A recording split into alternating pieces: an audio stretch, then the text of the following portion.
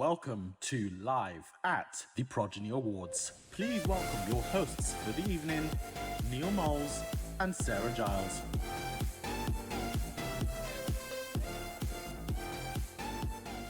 Hello, wow, welcome. Progeny Awards Ceremony 2020. I've got my fantastic co-host with me tonight, Sarah Giles. Sarah, good evening. Good evening, everyone. And how are you tonight? Amazing. How dare you? Stolen your Oh, line. you absolute, that's ridiculous. What do you think of the tux? Dashing. It's not a word I'd use, but thank you very much. You're welcome. So what Christmas present have you bought me? Christmas present for you. Can you come back to me on that? Okay, next question. Who's your favourite paraplanner then? Another... You can't ask me that question, Neil. Oh, I've got my favourite. Oh, okay, I won't say it. Sarah. Okay, easier question then. Okay. What's been your best memory of Progeny in 2020? Best memory of Progeny in 2020. Okay, so we've taken on quite a few new members in the team. And we've had some good team games. Members, quizzes. you say, in your team? Team members, Oh, yeah. oh, we love team members, don't we? Yeah. Oh, fantastic. Family Fortunes quiz, that was a good one. Not working with your favourite CEO? And of course that. That lot. Absolutely. Guys, I can see we're going to have to work at this tonight, aren't we? You know, the CEO loving is not coming right now. But look, it's certainly been a strange year. From stage to screen, who would have thought I would be wearing makeup at the end of all of this? Look, it feels incredible to be here to say thank you to each and every one of you. We've got a fantastic, exciting, amazing, fabulous night ahead. And we have some fabulous hosts helping to run through the awards. We've got some magnificent video content and then wine with Fred. So look, just over 12 months ago, I walked onto a stage in Manchester and spoke to all of you about our plans for the year ahead. And it's fair to say that those plans changed a lot in the months that have passed. But we have achieved so much along the way that I will not change a second, quite frankly. We're now fitter. Well, some of us. COVID hasn't been kind to the rest. Sorry, Steve, he'll be up in a minute. Leaner. Yeah, again, Steve's in that category. And stronger. He's definitely been to the gym. And we go into next year with a team and structure in place to achieve so much more. Someone recently told me that if a plane doesn't travel at 100 knots, it'll fall out of the sky. And it certainly feels like that Progeny sometimes. But it's also what makes it so very exciting. Look, when I stood on stage last year, it was my proudest moment as CEO of this business. And what made it so was I was able to look around and see the next generation of Progeny right in front of me. Tonight, we're all connected virtually, but I hope you feel we're celebrating together. Throughout this year, we've continued to add amazing talent to the business. Love the word amazing. As we all see at these town halls. We are now attracting people with different skills into the business, which in turn is helping us to grow. It's been a big year for training and career progression. Our Advisor Academy continues to expand, a bit like my waistband, and we've had 12 individuals achieve exam passes and 24 exams in total. Look, I said many times when this pandemic hit that we had 3 priorities. 1, to you and your families, to help keep you safe and continue to provide employment. 2, to our clients. Why? Because they're the ones that pay us. But more importantly, we care about them. Thirdly, wider society. Why? Because we're going to have to take responsibility for this as a nation and create jobs for those that have sadly lost them along the way. And I think we can safely say that we've achieved these goals in 2020. We've recruited, wait for it, 51 people since March. We've held over 10,000 online meetings, most of them mine, thanks Frey, and raised over £12,000 for charity. That's an amazing number. Look, it's easy to look forward to next year and not recognise what we've achieved. I just want you all to take a moment to think of something that you've achieved this year and also something that your team or a colleague has achieved. It's important to remember this and also, do you know what, say thank you. Now is the time for reflection. In a year that nobody thought would ever happen, and let's hope it never happens again.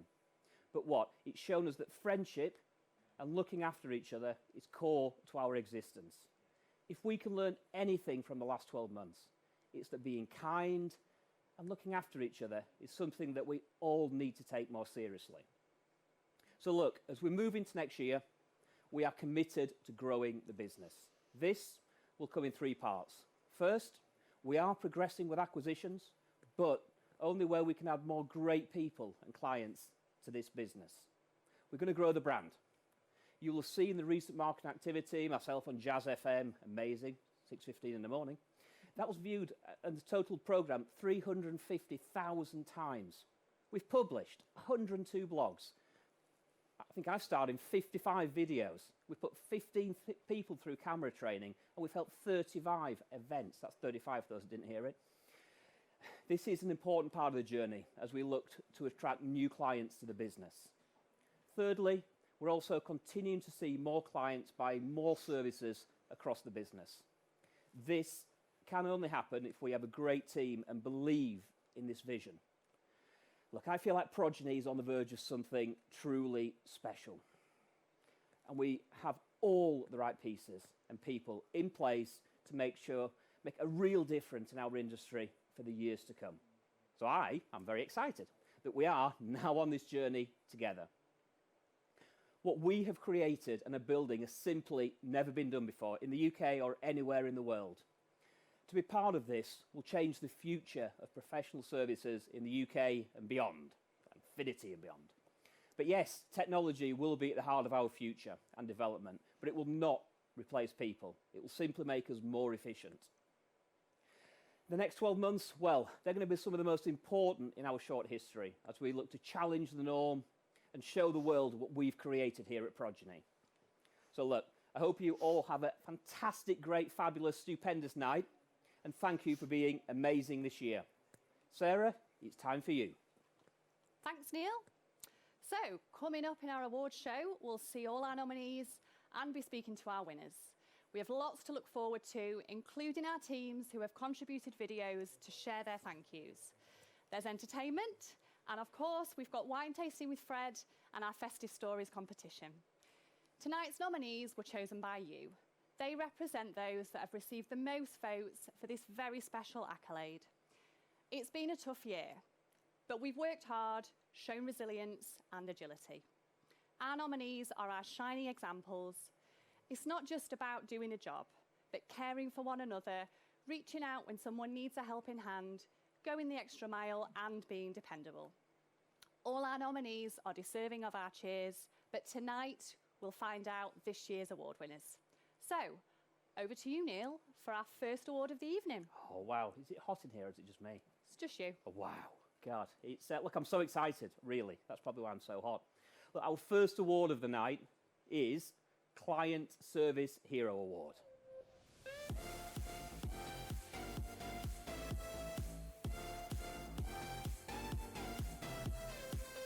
Without clients, Progeny would not be a successful business. The Client Service Hero Award highlights the importance of those individuals behind the scenes who dedicate themselves to the highest quality of service. Look, it takes a team working together. However, these 6 people have been nominated because they have delivered an exceptional experience day in, day out, and consistently go above and beyond to deliver outstanding, I love that word, client care and attention. Whether it be meeting and greeting, it used to be in our offices, didn't it? Or dealing with client queries and problems. We don't have problems, do we, Ops? These individuals put clients at the heart of everything they do. And this year we have some fantastic nominees. The nominees are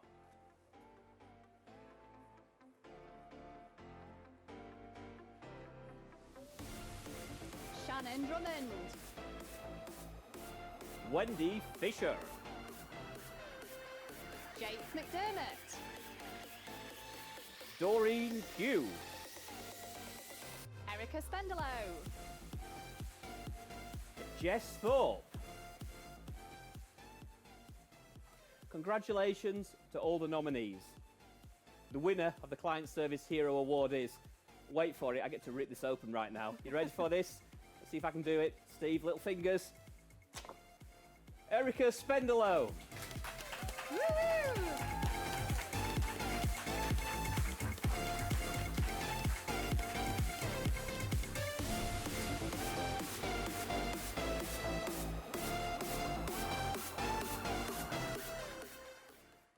Erica, good afternoon, good evening. Oh, you're looking amazing.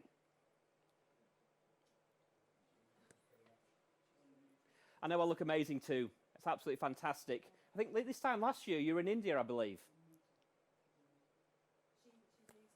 Oh, Erica, we believe that Nigel's not unmuted you. Can you unmute your microphone, please? Well, it's lovely to see you, but we're also lovely to hear you as well. Oh, but hey, tell you what, be careful what you wish for, eh? You're looking amazing. How are you? Thank you. Oh, I'm really well. I'm absolutely blown away again, Neil. What a wonderful team of people. Oh, bless them. You deserve it, Erica. Absolutely deserve it. Oh, Sarah, thank you. But somebody else should have won this year, not me. Oh, Erica, it's voted for the people, by the people. Have you got a glass of wine in your hand then? Show me a glass of wine. Yes, darling. Oh, is that Prosecco or wine? It's Prosecco. Oh, so that's only a little bottle. You'd normally get through a couple of those, wouldn't you? She's topping it up. Yes, She's topping it up. Look, Erica, thank you very much, okay? All your hard work this year and efforts. You truly deserve this award. Thank you and have a fantastic evening.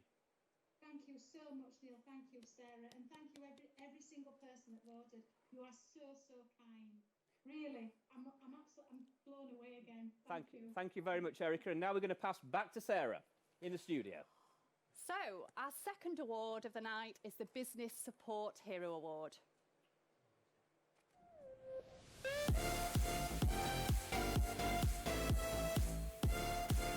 Whilst, of course, our clients are very important, there is, of course, a team behind the team. The non-client facing staff who keep Progeny moving and developing. Those in operations, compliance, finance, HR, L&D, technology and marketing who put our systems and processes in place to help us perform our jobs, deliver to our clients and support one another. Our nominees consistently support the business and nothing is ever too much trouble. They go above and beyond to keep the engine running. So, the nominees are...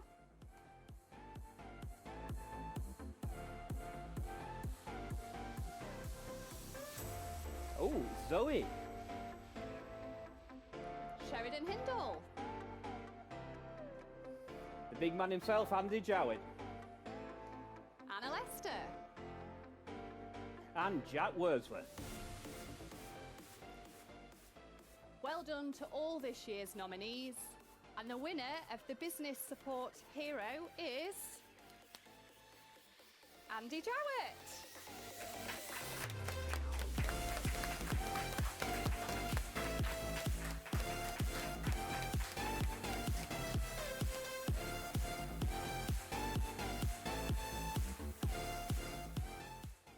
Andy, good evening. If you're on mute, we've got a problem, all right? Hopefully I'm not on mute.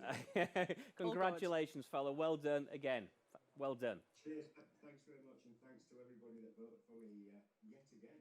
Brilliant. Yeah, I don't think we'd have got through lockdown, Andy, without you and your team, with all the technology we needed for it, so well done. Thank you very much. So what's been your favourite moment of Progeny so far? You can say working for you because you're amazing. That's fine, but you can also pick your own answer. Absolutely, working for me. What do you want? If not, it's got to be lockdown. That was absolutely brilliant. It was amazing. Yeah. Well, you've built a fantastic team this year, Andy, as well, and something to be really proud of. And it's testament to you and that team as to why you've won this award again this year. So well done, and thank you very much. Yeah. Cheers. Thanks, everyone. So now we're going to pass back to Sarah. So here's what's still to come this evening. Oh, we got a video.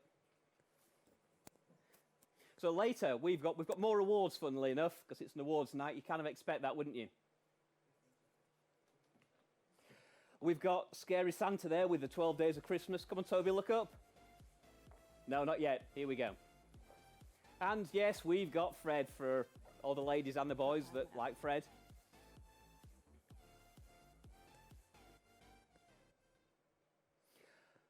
So, it now gives me great pleasure to welcome Tim to the stage. Some say that he once tried to change his name to Tim Technology Rye. That's not true, but he's here tonight. Good evening. Good evening, good afternoon. It's nearly evening. So, who's your favourite CEO? Favourite CEO? Richard Branson? I love him. I love him myself. Elon Musk's Knew I my was gonna say favourite, that, to be didn't you? honest. Yeah, I'm done, aren't I? So, but just tell me, what's been your favourite experience of Progeny this year? You know, I think, you know, in general, it's been a tough year for people, but personally, I think Progeny and certainly I've had a really great year. It's been good. You know, it's not been the easiest of years. It's certainly not been smooth, but I think we've achieved some amazing things this year. So, yeah, I'm proud of us. Fantastic. Well, thank you. Well, perhaps you'd like to introduce the next award, Tim. Absolutely. So, our next award is for Back Office Hero.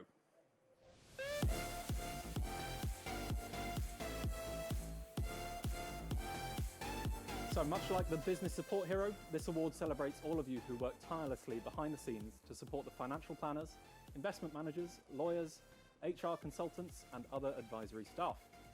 They look after so many of the finer details, and so much depends on their diligence and efforts to get things done in a timely and efficient way. Some of this year's nominees are relatively new to the business, but have undoubtedly made a huge impact. The nominees are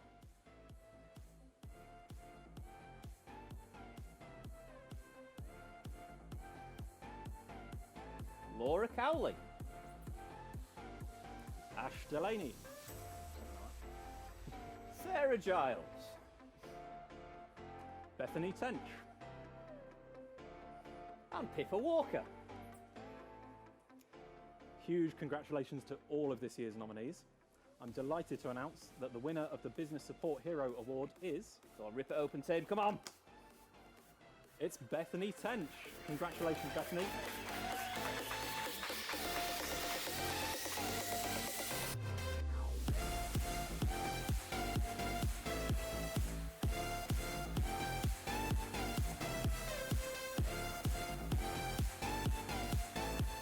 Congratulations, Bethany. How do you feel to have won? I'm just really surprised. Thank you. It's really, really kind. Don't thank me, thank the people who voted for you. Yeah. Thank you. Thank you, everyone. Look, Bethany, I'm really sad because your jacket's better than mine. It is. Oh, Sparkly. Very sparkly. Oh, wow. Did you make that yourself? No, sadly not. Oh, that's all right then. So what's been your favourite moment in Progeny this year?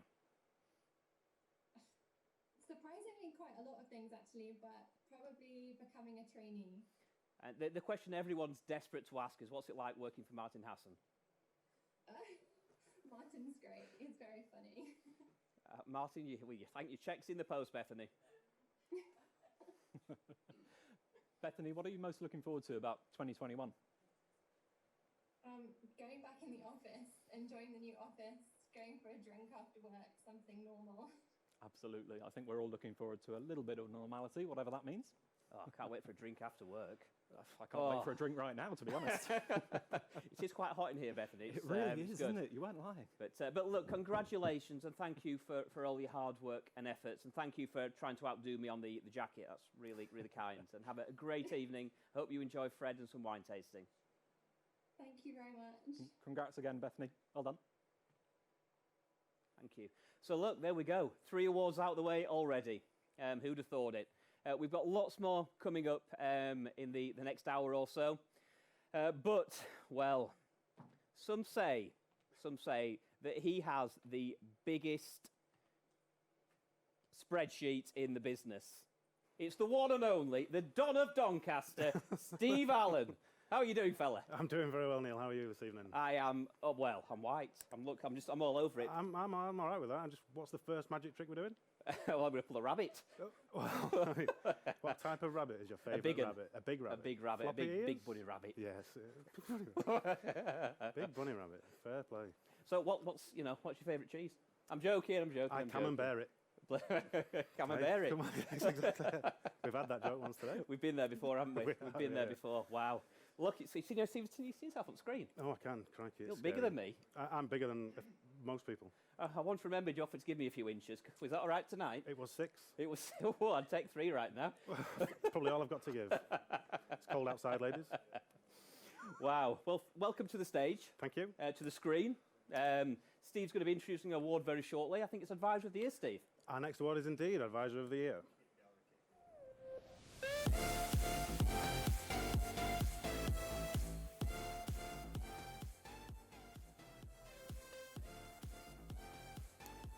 So So as Finance Director, clearly the fee earners in the business are very important to us. However, this was one of the more difficult awards to pinpoint. Across the business, there's a huge breadth of talent in the services we deliver to our clients. Legal, tax, HR, financial planning, and investment advice. To capture this in one award was challenging, and will only become increasingly more challenging in years to come, as Progeny's talent continues to grow. The nominees for this award highlight some of the best Progeny talent across the business, across our services and across the country. And here they are.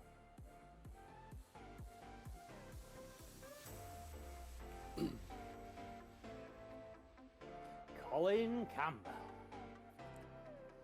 Emily Marland, Craig Melling. Georgia Samaja, Well done. And Nicola Tate.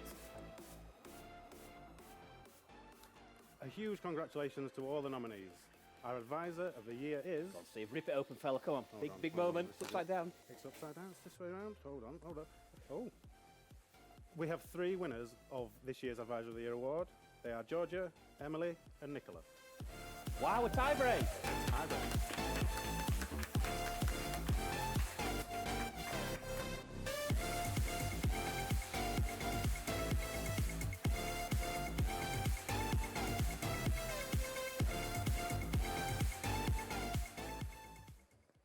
Good evening, ladies. How are we all? You need to unmute yourself if you're muted. That's just a technical thing. Good evening. Good evening, Georgia. Evening. Good evening, Nicola. Good and Good evening. evening, Emily. Good evening. Well, first of all, congratulations to all of you. Fantastic achievement. It was such a close race this year that it actually was a tie break. So very, very proud of all of you this evening. Indeed, well done to each and all 3 of you. Just a quick question from me. Advisor of the Year, that's quite a good award. What makes you 3 different to all the other advisors we've got in Progeny? Let's start with, shall we start with Georgia on that Let's one? start with Georgia. Let's go for that. Go on. Well, it's hard to ignore the fact that it's all women who've won this year, isn't it? Girl. Girl power. Well done, Emily and Nicola. I don't know, that's a really hard question. I know. I think we're all very friendly and bubbly. But you lay down on the floor in the office, don't you, Georgia? Because I've got a bad back. We thought it was because when Martin walked in, you were trying to hide from him. That's exactly what we thought. So, I do want to get that reputation. so Emily, well done. Fantastic achievement. What's been your proudest moment in Progeny this year? Apart from winning and, me being your CEO. Christ. I just feel really lucky to have such a good team around us and getting involved with lots of Progeny now. So I feel like I know so many more people and everyone's really helped me. And I'm really grateful for that, actually. Thank you, everyone that helps me regularly. Thanks, Emily. And Nicola, down at the bottom on our screen, obviously. That is amazing wallpaper behind you. Yes, and matching bars. What can I say? Amazing. Great achievement. What's been your proudest moment so far this year?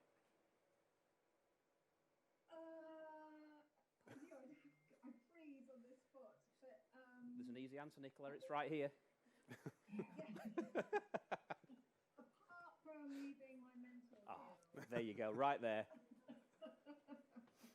I have to say I have really enjoyed working with. There's a few key people that I need to shout out to big time, Oh, sponsors. and that is Sherry McIntosh, Harry Mackey, Rob Harrison, Sam Whitaker. I mean, the list is endless, but those are my go-to panic button people, and I couldn't have done what I've done this year without them. Fantastic. Look, well, congratulations to all 3 of you. Really great work. And let's continue this into 2021, please. Lots of new business and new clients. Absolutely. But look, congratulations. Enjoy a glass or 2 this evening. And we look forward to seeing you all soon. So look, an important part of the Progeny community is our partnership with charities. We all need to do our part in making the world a better place and looking after those that need a helping hand. We're continuing to support our charity partners through a challenging time in their fundraising right now. This year, we've raised £6,000. Yes, £6,000 for both Martin House and Dreams Come True. Here's a video from our charitable partners. Hello, I'm Charlotte Walker, Deputy Director of Clinical Services at Martin House. I just wanted to say a massive thank you to everyone at Progeny for the money that you've raised to help us this year. Despite the pandemic, you've gone above and beyond to continue to support us. Even virtually walking across the entire country and raising just over £6,000, which is amazing, thank you. Just want to say a massive thank you again for your support, which has helped all the families that use Martin House, including families like Amelia's.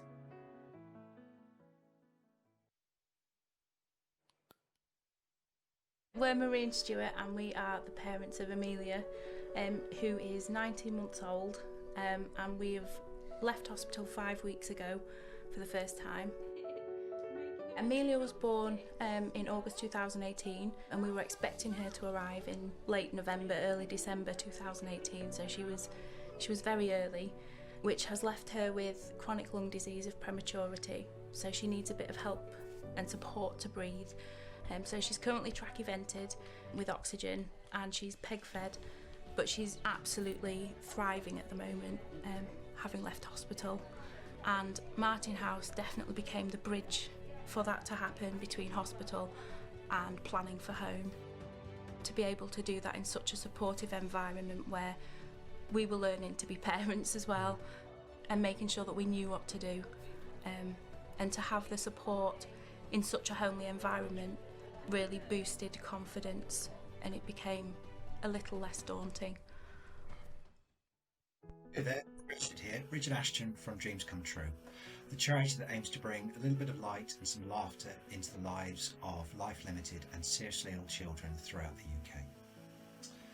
I just want to say a huge congratulations not only to all the award winners this year, but also to the nominees.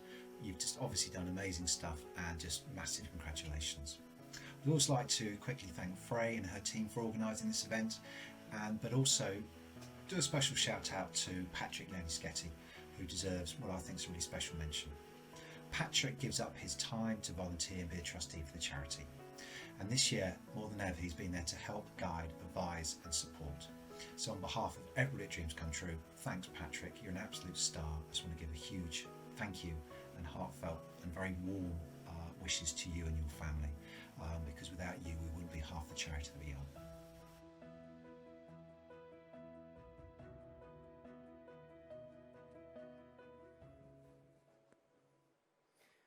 Wow. Yeah, look, with this is a year for reflection, isn't it? And you've all done a fantastic job of raising so much money for charity. And look, I'm sure we had a great time along the way in riding and riding Justin. We didn't ride Justin, he rode a lot.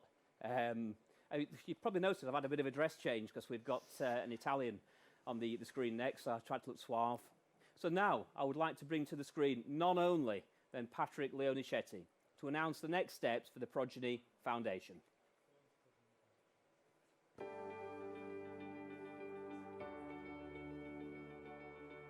Good evening, everyone. I hope you're having a great night tonight. As you know, last year we announced the setup of the Charitable Foundation for Progeny. The aim of the foundation is to help young adults and children who are either disadvantaged because of health or socioeconomic background achieve their true potential. I'm delighted to announce that we're now looking for trustees within the Progeny team to join the foundation and to help us achieve our mission objectives. The business has committed $250,000 to seed the foundation, and as you will agree with me, that's a great starting point.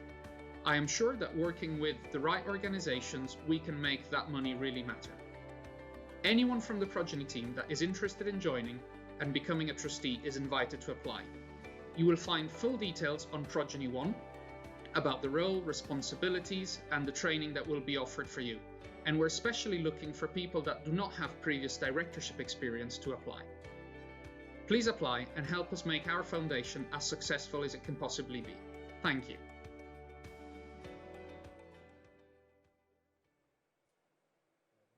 Wow, thank you, Patrick. And now we're going to pass straight across to Sarah. Yeah, thank you so much for that, Patrick.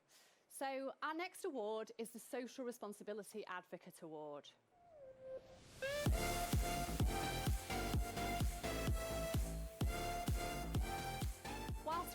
lead busy lives in the wonderful world of Progeny, our social responsibility advocate nominees are also out running, fundraising and supporting local communities and charities. Not only do they perform their roles here within the business, but they continuously focus their efforts and energy on supporting others and greater causes outside of Progeny. They demonstrate consistent efforts to support causes that mean a lot to them and make a difference to the lives of others, and this does not go unnoticed. The nominees are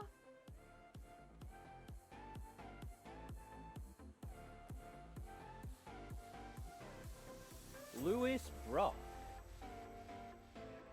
Amit Mehta, Liz Pemberton, Georgia Samaja, well done, and Alex Shaw. Another great group of nominees, but the winner of the Social Responsibility Advocate Award Come on, is rip it open, rip it open. Lewis Brock.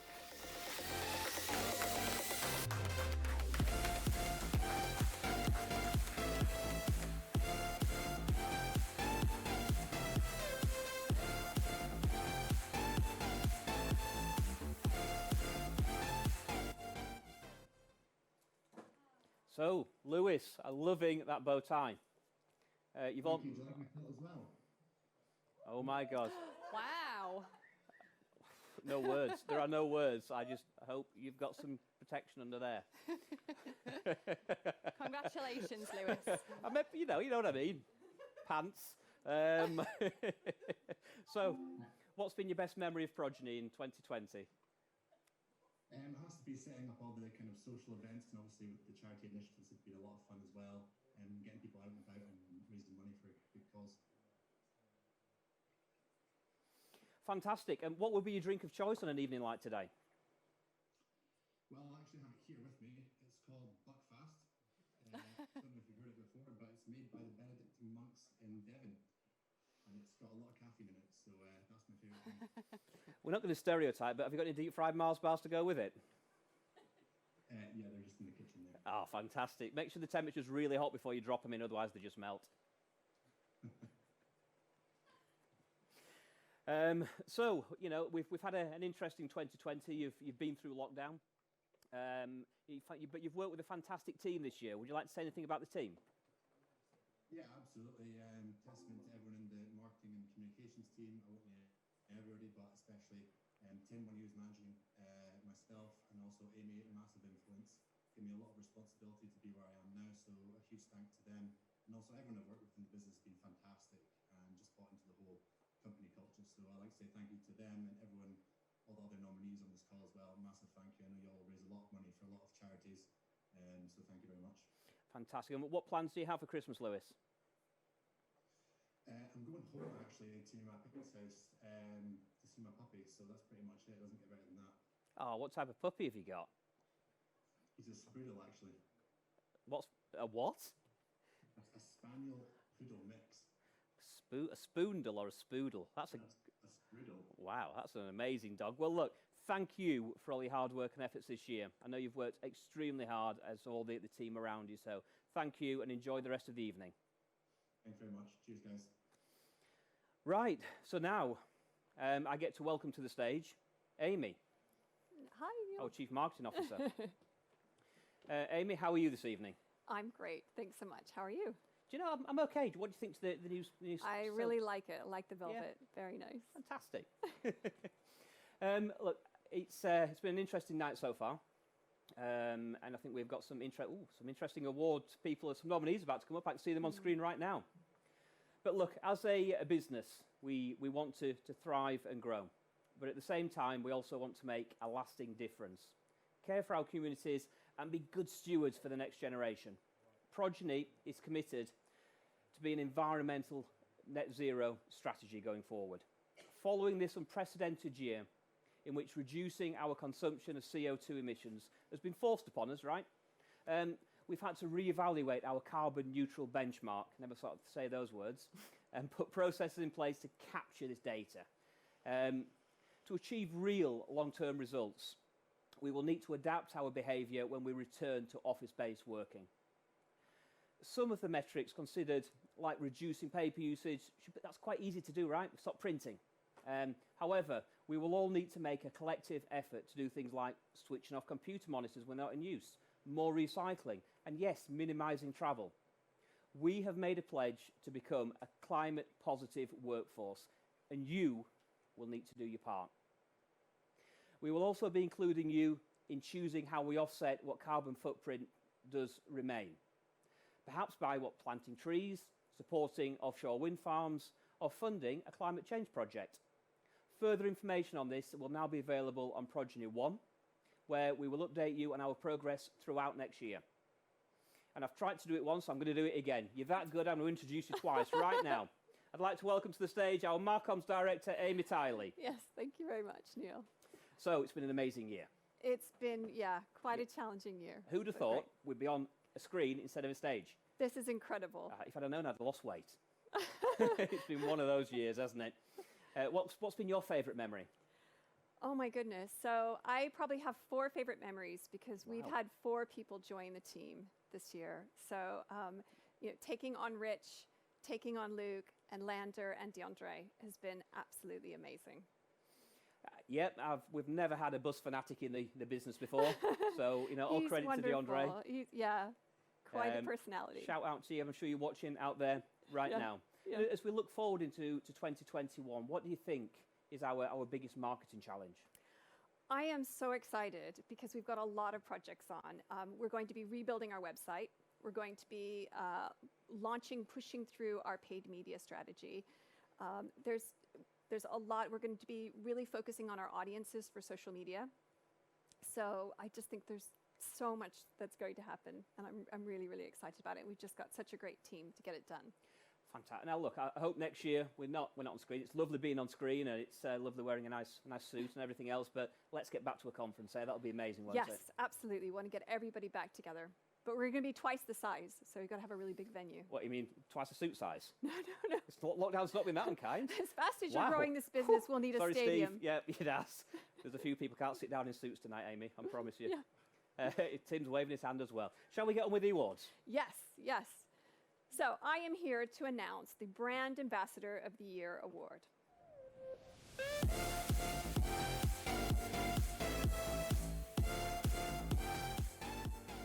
2020 has been a year in which the world has become much more reliant on social interactions. Bizarrely, at a time when we haven't been able to see one another, in many ways we've become more connected. Social media and the power of communications through our blogs and videos, liking and sharing, has been at the forefront and is increasingly important. The nominees for Brand Ambassador of the Year have used their own initiative to build a social presence that not only champions Progeny's brand, but shares their own voice with others. This award seeks to applaud the positive impact they have made. And the nominees are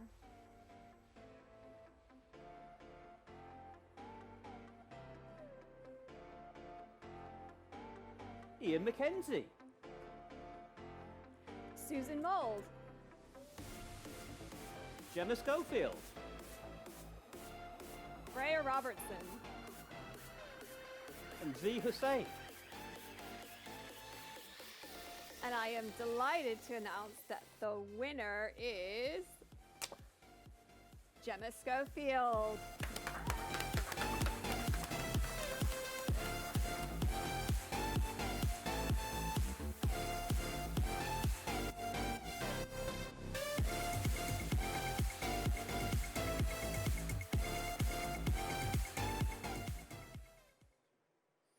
Hey Gemma, how are you doing? Hi. Can you hear me? Yes, we can. Loud and clear. Wow. Yeah, you're actually the biggest I've ever seen you on screen right now. You're on about a 75-inch screen, and And you look amazing, wonderful. I love this dress. It's incredible. My first question is: Are you wearing a kilt? No, I'm not.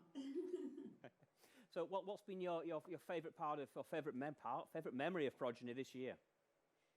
I think it has to be growing the compliance team and the newbies that we've got on board. That's got to have been the best bit for sure. So I've got a question for you. White, rosé, or Fred? It's got to be Fred. Absolutely. Good answer. Good well, I answer. think people would take Fred on toast right now. Oof, cry. Yes. Look, Gemma, you've done so much hard work for the business this year, so thank you from me, thank you from all of the team. I hope you have a fantastic evening and look forward to working with you next year. Thank you. Thanks, everyone. Good evening. So, although we've not been able to be in the same office for most of this year, it's been great to see everyone working together and helping each other through. We've put together a short video of some of our highlights.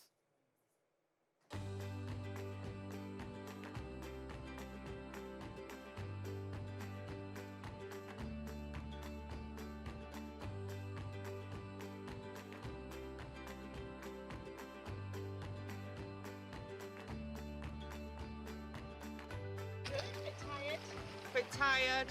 But you can't see me because I've got sunglasses on. It's person.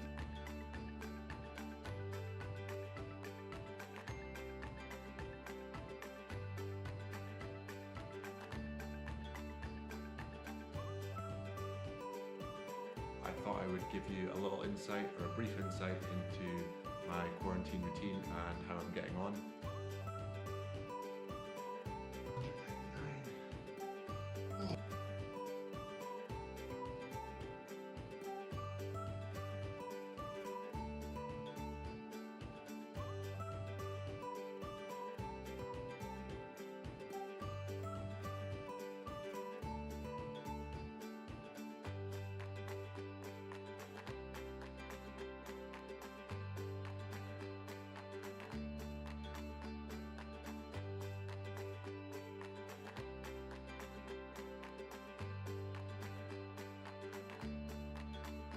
Is your bread man?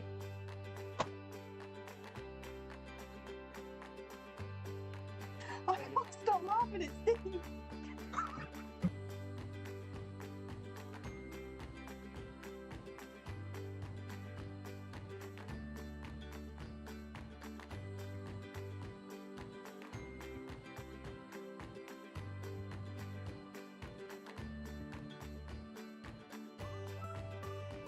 Enough me time, make sure you are, because you are the most important person in the world to look after.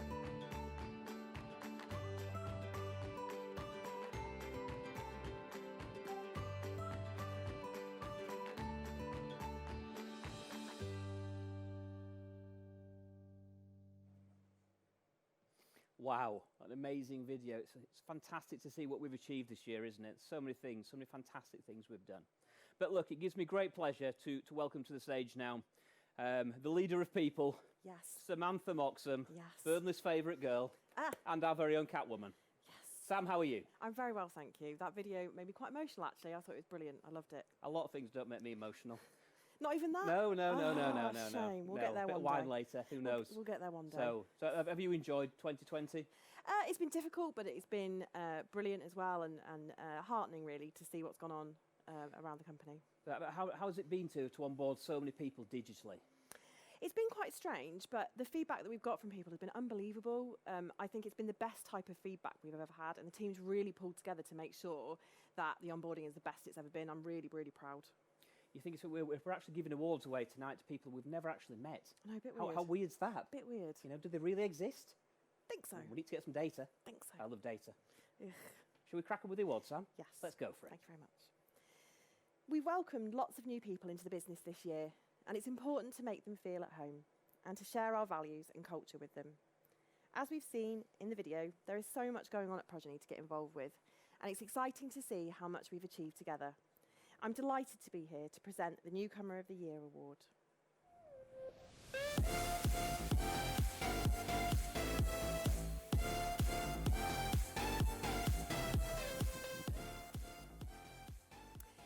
This year we have had an unprecedented number of new starters join the business and a huge amount of growth and investment in Progeny and its people. Yes! It's been a challenging year for any new starter joining Progeny, and we've all been thrown into a virtual world.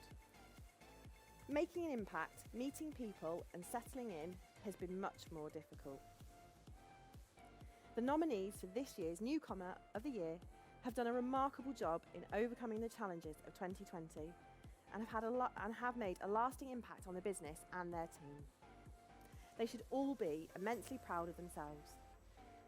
The nominees are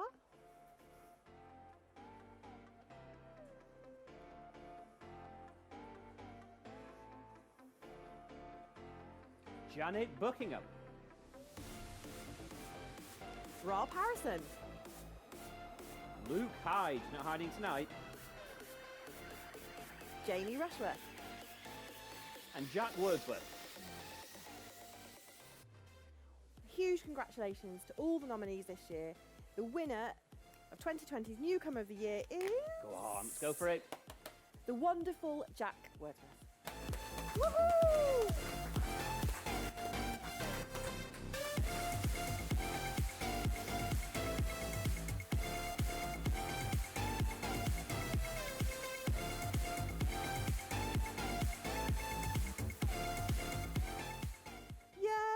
I voted for you.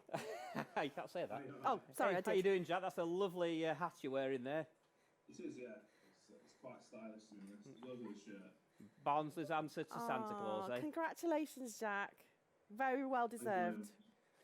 So, if Santa could bring you any present, what would it be? Don't say a new CEO, okay? Don't say that. I tell you what, a trip to all the theme parks in the world. Cool. Oh, Very cool. Can I come with you? I'll carry your bag. Yeah, yes. What's been your highlight this year? I want to say being so busy. I've just not had a moment. It's been great. I've just been able to crack on, and the team's been great as well. Andy's been great. Luke's been great. Luke's just slotted straight in, so it's just been fantastic. Really, working as part of a team's probably been my highlight. You did an amazing job. Look, well, Jack, you are amazing. You've been amazing. You joined us just before we went into this lockdown. You're a winner for a reason. So thank you so much for all your hard work and efforts in this business. Hope you have a fantastic Christmas and look forward to seeing you next year. Thank you, Jack. Cheers. Now back to Sam. In the summer, you spoke and we listened. Our employee survey gathered your opinions on the business, capturing the views that will help define our future direction. It was really encouraging to hear that so many felt that Progeny was responsive to change, always looking to improve and a force for good in our industry. I'm delighted that we appointed a wonderful head of HR to look after our teams. Here's Jill to tell you a bit more. I joined Progeny a couple of months ago as head of HR, and I must say that I find it a really great place to work. Obviously, it brings about challenges starting a new role when you're working from home, but Progeny has made great efforts to look after new staff. Earlier this year, the HR team undertook an employee survey to gather data and views from all staff across the company, and this is something that we're looking to repeat again next year. You may recall from the Positivity Index that 95% of staff agreed that the company is constantly looking for ways to improve. 92% feel that we're extremely responsive to change. 82% of you agreed that the company has a diverse workforce, and 86% of you felt motivated by the company's vision. 30% of you felt that communication involvement could be improved. And there's more to do in these areas, and these areas will form part of our ongoing strategy for next year. So looking at all the exciting work that we've got coming up next year in the HR and talent team, we're going to be supporting with the return to the workplace, thinking about how everyone is going to work together from next year going forward, and supporting staff who might have concerns around this. We're going to be reviewing and looking at our total reward and benefits offering. We're driving forward efforts in diversity and inclusion, and that will involve educating managers and staff across all levels of the organisation. We're going to be further developing our wellbeing culture and developing a culture around praise and kindness. We're going to be doing lots more around talent management and growth as part of our continuing growth strategy. So raising the awareness of Progeny, attracting and sourcing to make sure that we've got the very best of staff to come and join us on our journey.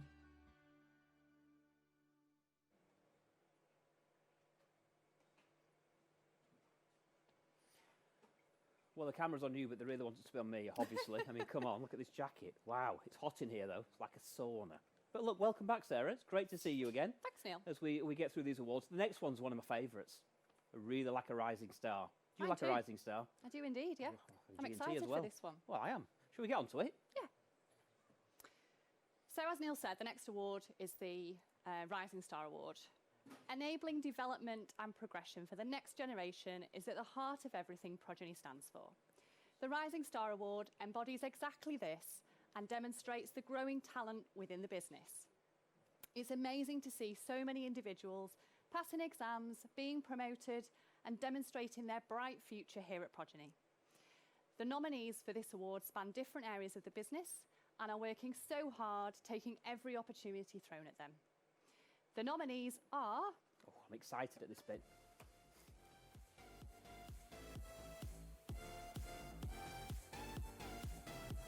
Nick Astley.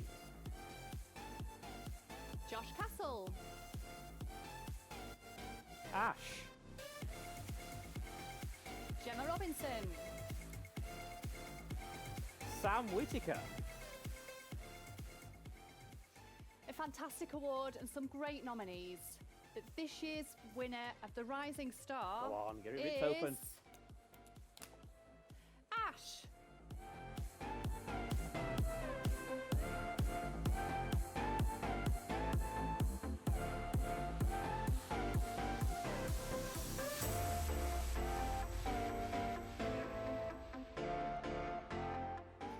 Unfortunately, Ash couldn't be with us tonight.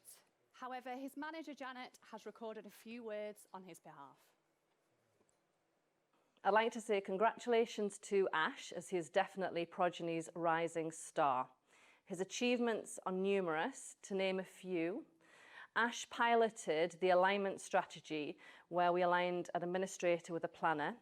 This was a huge success, and as a result, we've now rolled this out to the wider business. Ash has also mentored all of the new entrants in the wealth admin team, providing really brilliant training. And we've actually doubled the size of the Wealth Admin 1 team with his support. Ash has also provided me personally with insights and knowledge about wealth admin processes and our providers.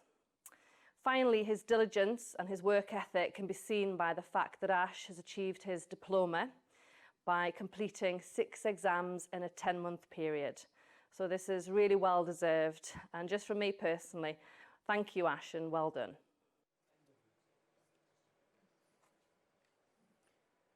Fantastic. Well, Janet, that was amazing and great words in admiration of Ash there. And Ash, obviously, you're not on screen, but if you are, sometime in the future, I will see you in the office. Congratulations and well done.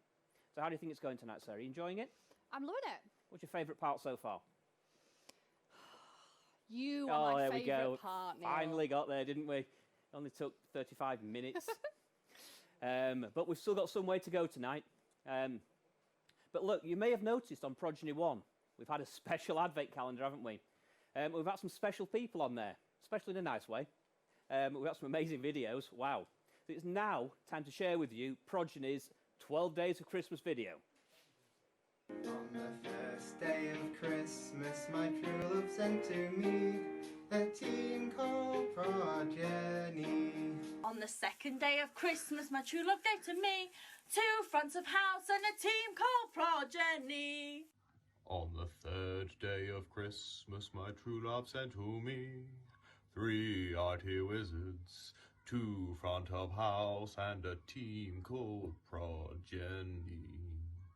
On the 4th day of Christmas, my true love sent to me 4 HR angels, 3 IT wizards, 2 front of house, and a team called Progeny. On the first day of Christmas, my true love sent to me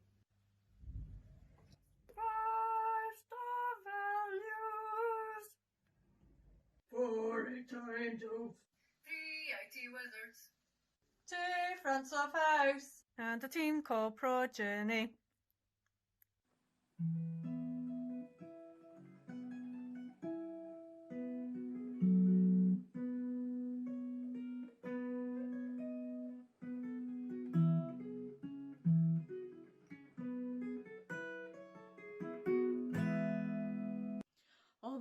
7th day of Christmas, my true love gave to me 7 trusted advisors, 6 PAM portfolios, 5-star values, 4 HR angels, 3 IT wizards, 2 fronts of house, and a team called Progeny. On the 8th day of Christmas, my true love sent to me 8 top of the cops, 7 trusted advisors, 6 PAM portfolios, 5-star values.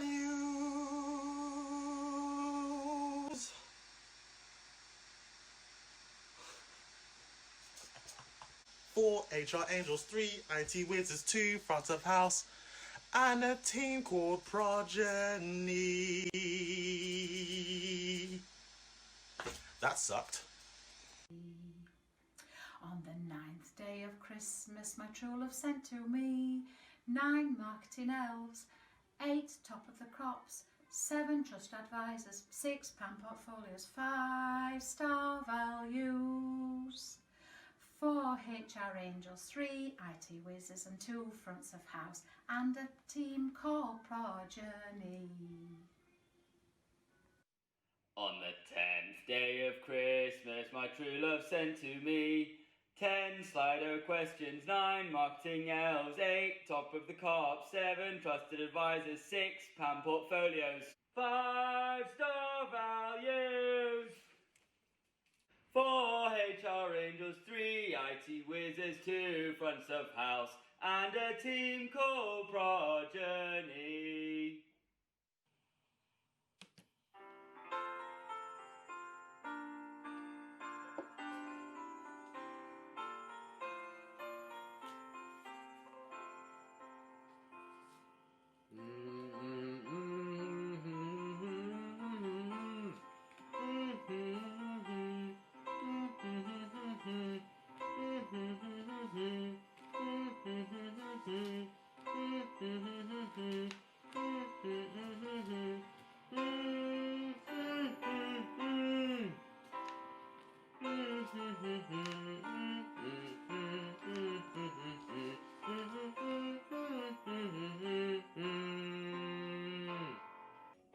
On the 12th day of Christmas, my true love sent to me 12 town halls, 11 TED talks, 10 slide operations, 9 marketing elves, 8 top of the cops, 7 trusted advisors, 6 fan portfolios, 5-star values, 4 HL angels, 3 IT wizards, 2 fans of house, and a team called Progeny.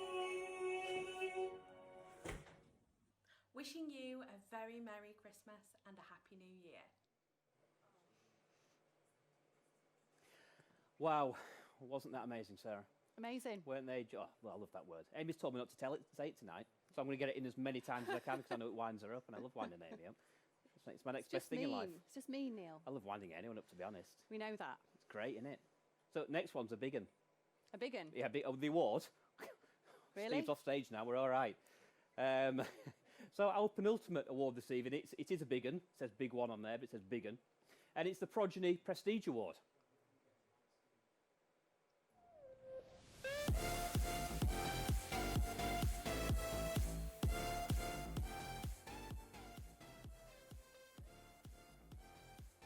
So, we have another very special guest appearance tonight, Sarah. Exciting. It comes in the form of a video, but I would now like to welcome to the screen, not the stage, but the screen, Elio, to announce the winner of the Progeny Prestige Awards. Elio, over to you. Hi everyone. I am delighted to be here with the pleasure of announcing the winner of the Progeny Prestige Award 2020. This is an award designed to recognize the person that most embodies progeny values and has achieved excellence in what he or she does. This has been a challenging year, but Progeny is coming out stronger as a business and as a team. And this is only possible because of people like the winner of this award.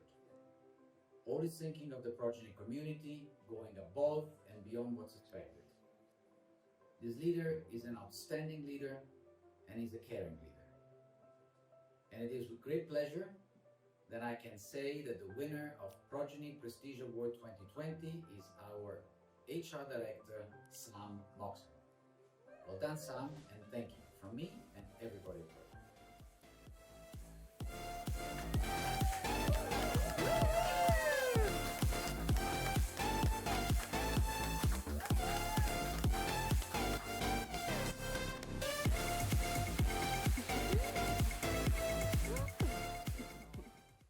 Well, Sam, back on stage again. I'm going to hand you something quite large now.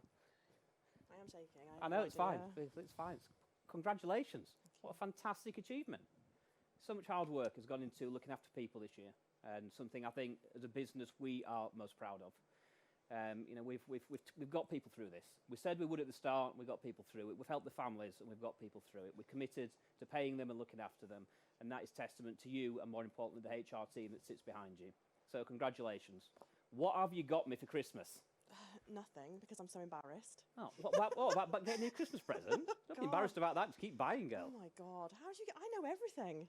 How did you Did keep this from me? All the rumours. God. Yes, thank you very much. It's been a crazy year, really, really crazy, but it has really hardened me, and I could cry a river about it all, but I am very proud to be Progeny, and I'm very proud of the work that we've all done. Thank you. Thank you. I'd love to come and give you a hug right now, but social distancing means that I'm not allowed to. But well done. I'm sure we'll enjoy a little gin and tonic together later tonight. I hope so. Thank you very much. You.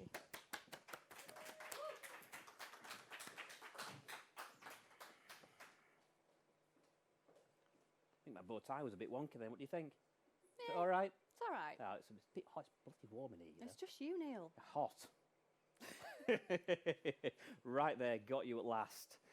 Look, it comes to our final award. As I always say, voted by the people, for the people. And this award is Employee of the Year.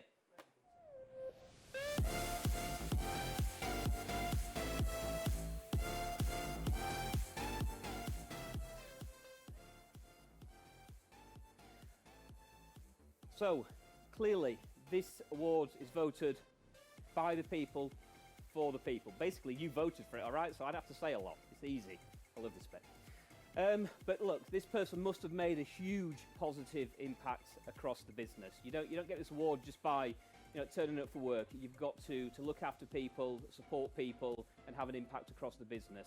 And not just across one part of the business, across all of the business. So it gives me a great pleasure tonight to announce that the winner, in fact it's written down right here, of the Employee of the Year award goes to Freya.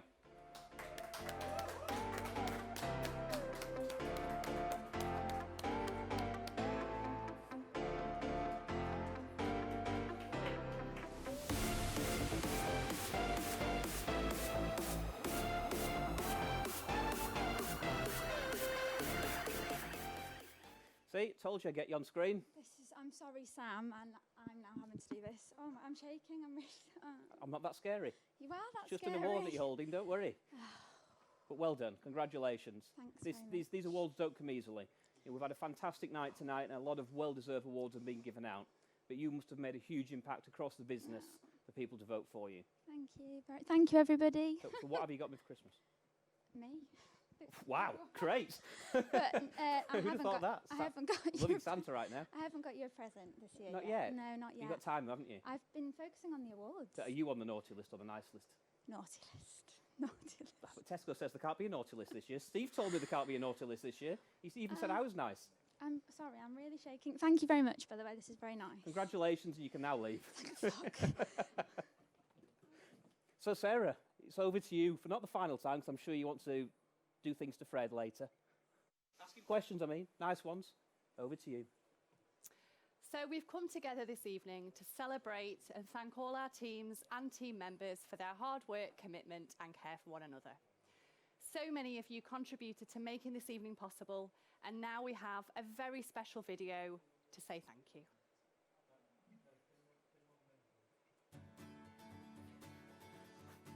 Hi everyone, a really big thank you to absolutely everything that people do for planners like myself on a regular basis, for all the help and support that you provide. So Big thank you to admin, tech admin, power planning, trade desk, compliance, operations in general, on the basis I haven't missed anyone.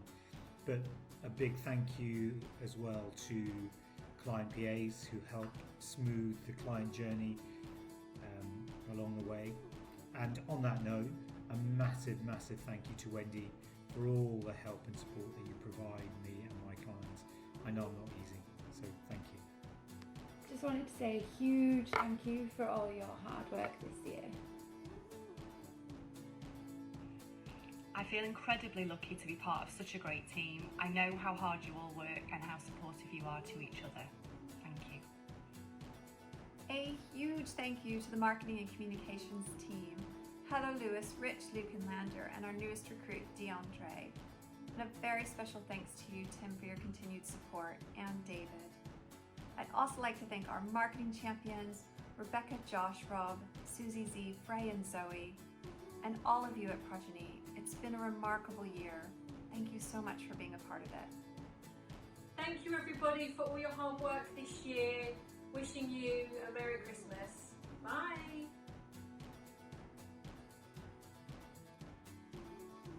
Compliance team, I am so proud of the work that you do, the people that you are, and the difference you make every single day. You are wonderful individuals, but as a team, you are truly amazing. Thank you for making this year such a success, and a Merry Christmas to you and your families. Thank you. Firstly, I'd like to say a massive thank you to the HR and talent team. You've made me feel so welcome since I've joined the company in the last couple of months. Secondly, on behalf of the HR and talent team, I'd like to say a really big thank you to all of our staff across the company. You're so lovely to work with, and we recognise that it's been such a difficult, challenging year for everybody. And I just want to say a massive thank you to you all.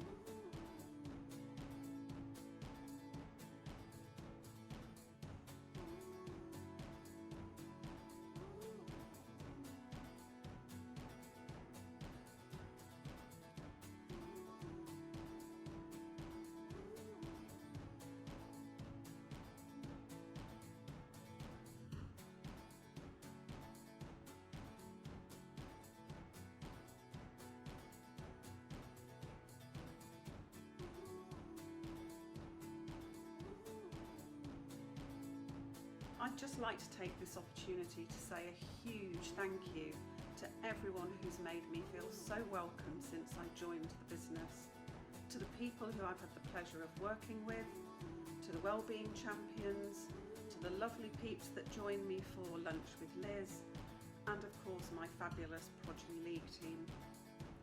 Thanks also to everyone across the business who's invested time and emotional energy in reassuring our clients during this very unusual year, helping them to navigate the new and different ways that we work with them. Thanks to anyone who has dug deep, juggled, collaborated, persisted, tolerated and supported. And finally, a whopping thank you to Hayley for everything you're bringing to the L&D party.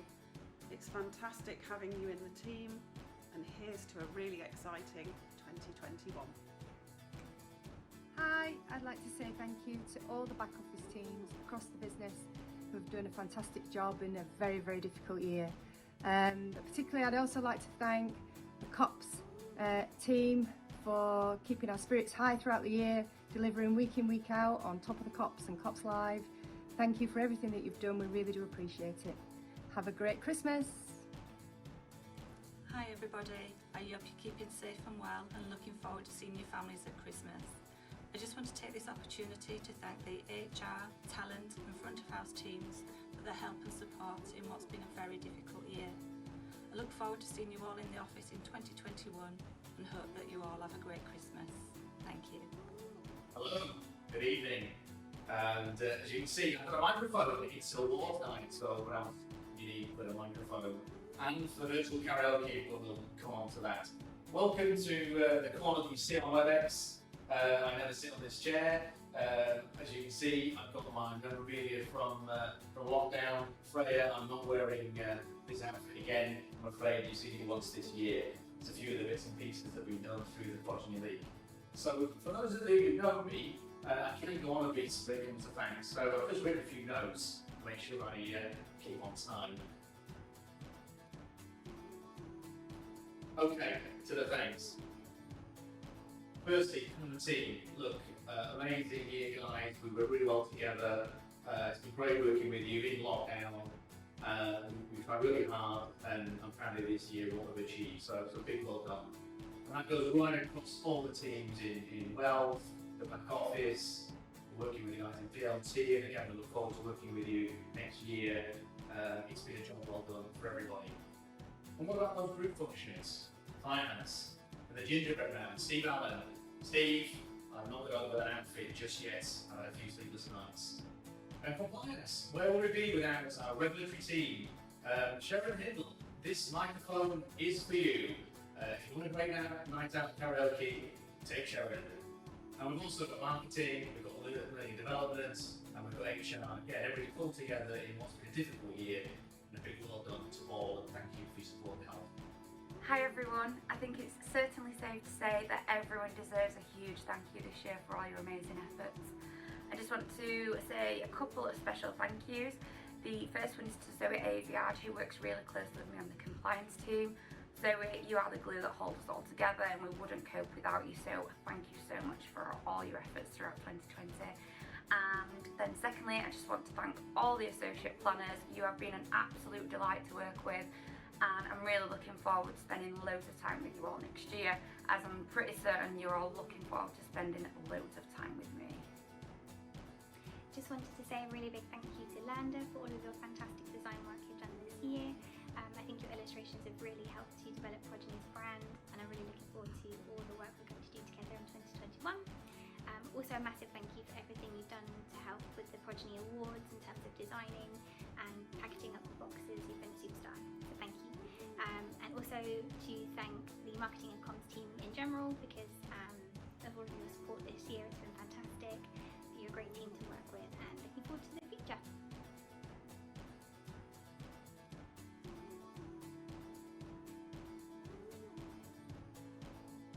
I would like to say thank you to the tech admin team. You guys have approached this year with great attitude and a massive team spirit. Nothing fazed you. From starting a week before lockdown, working from home, to joining in the middle of a pandemic. I'm proud of all of you, so I hope you just enjoy this evening and have a happy Christmas. To the Progeny HR consultancy and advice team, thank you for all your hard work this year. It's been a really tough one, but together we've got through it. Individually, you're all brilliant, and as a team, we are absolutely amazing, unstoppable. Thank you very, very much. It's really appreciated. Have an amazing Christmas, fantastic New Year. Big Progeny thanks. I just want to say a massive thank you to everybody in Progeny. 2020 has been a really tricky year for all of us, and I wouldn't have gotten through it or felt as positive if I didn't work at Progeny, so I feel very, very grateful. I want to say two special thank yous to Jenny Shields and Jess Thorpe. I work very closely with both of you, and to have started during 2020 and have made such an impact, I'm just very proud and I appreciate everything you do, so thank you very much from me and Kieran. A big smushy HR thank you to both HR teams for all the work that you've done this year. Thank you very much. Hi, I just want to say thank you to everyone at Wealth Admin 1 and all of Progeny. I've had a fantastic 6 months and thoroughly enjoyed working with you all. Thank you so much to all my colleagues across Progeny who have helped me out within my role in the last few months. From the bottom of my heart, thank you. Can I just say thank you? Hi folks, just to say thank you for all the fantastic help I've received this year from our superb, hard-working Edinburgh client PAs, Shannon and Dougie. Well done guys, you deserve all of your Progeny points. A big thank you. Thanks a bunch. Hi guys, I'd just like to say thank you so much to all my colleagues at Progeny. Hi guys, just want to say thank you to all of the people that I've given points to, and everyone that's helped me throughout the year. You're all really great. Thanks and well done. Thank you. Thank you. Thank you. Thank you. Thank you. Hi everyone. We're asked to do a thank you video for to all the staff and to appreciate everyone's hard work through 2020 and how difficult it's been for everybody. So I thought I'd do it slightly differently for a change. So I've done a little poem helped by my wife and kids. So here we go. Pull up my notes. 2020, what a year it's been. It's tested our teams in a way we've never seen. We've learned to change and found our way through, which is why we take this opportunity to thank all of you. Some worked from their kitchens, bedrooms and alone. Others managed children being schooled from their home. Whilst it hasn't been easy, we've learned our new way. The Progeny team had a great part to play. There's been good days and bad, tears and success. We know for sure, as a team, we are blessed. We will welcome the day our freedom's replaced, to see you back in the office with a smile on your face. But for now, just remember, this won't be forever. More importantly still, we've got through this together. Thank you.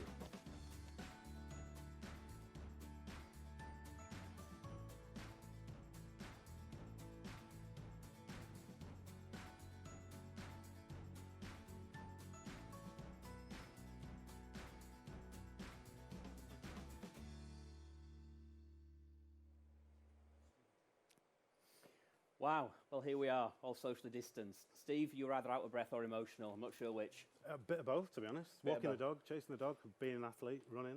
Well, I've heard things about you being an athlete and running. It started in lockdown. You're a changed man. I did 12,456 kilometres and people questioned it. On your knees? Bear crawl. Bear crawl, I love a bear crawl. Bear crawl. With clothes all on. that way. Yeah.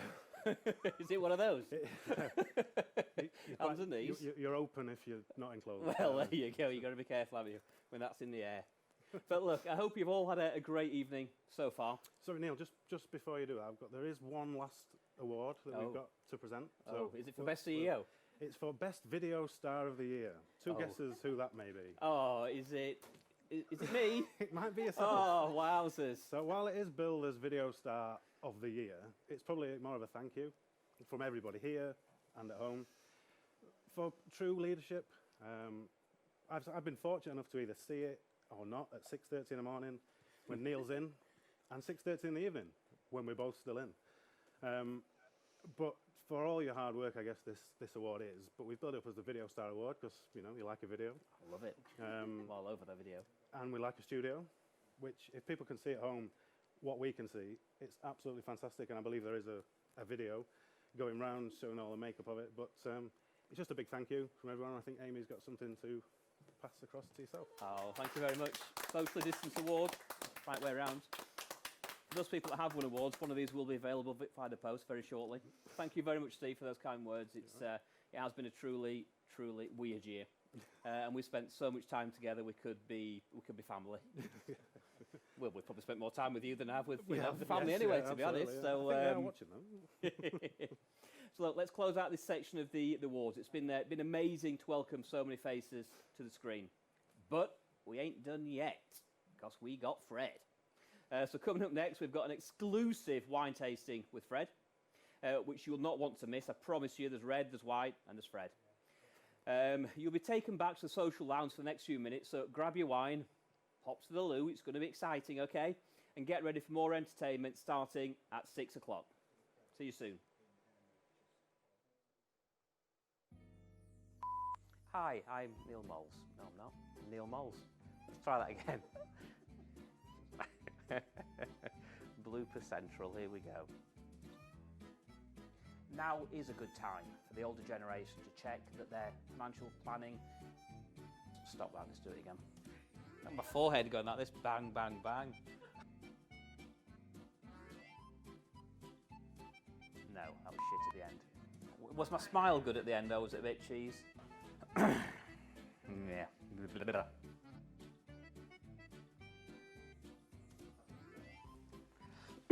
Oh. It's because I was getting ready for the smile. That's what threw me then. You'll be asked to set a password and you'll be able to log in and see your personal dashboard. On your You'll be asked to set a password and you'll be able to see login details and see your personal financial dashboard. Oh my God. Is that enough tilt?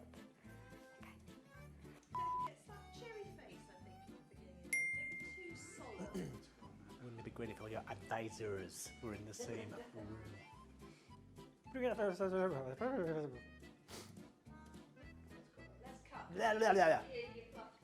Tongues. Yeah. A settlement agreement. Start again. A solicitor can also help to negotiate better terms with your employer. The last bit was. Yeah, I haven't quite got my head around what I'm saying. Okay. Less serious. I don't know how to not look somber without grinning. Did I look any more cheerful? No.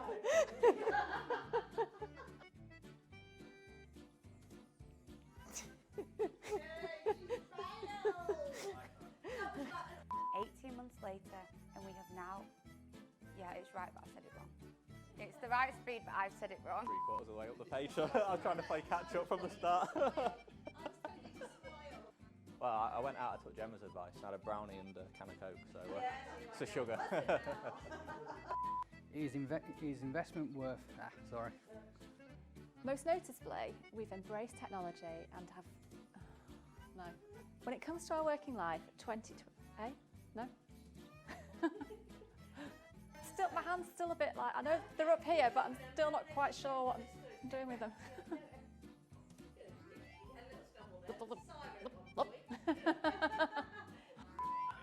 Starting to get a bit warm now. Yeah.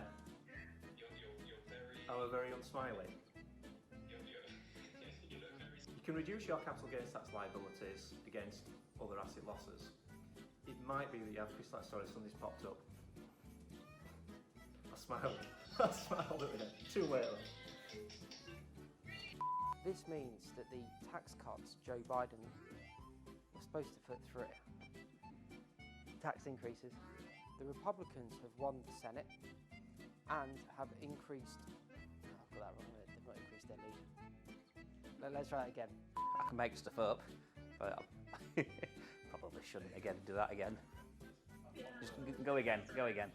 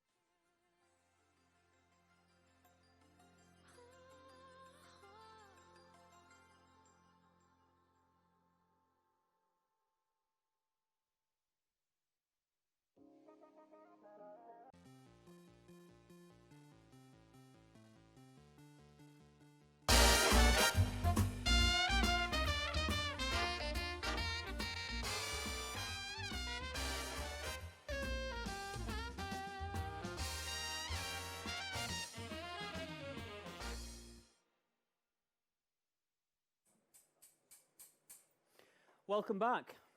I'm now delighted to introduce Fred to the screen. Best known as the face of Channel 4's First Dates and ITV shows with The Ramsey and The DeCampo, he's a French maitre d' with a big heart and an even bigger personality. Fred is a client of Progeny and has been working with his financial planner, the one and only Dominic Lobo, right there, for over 10 years.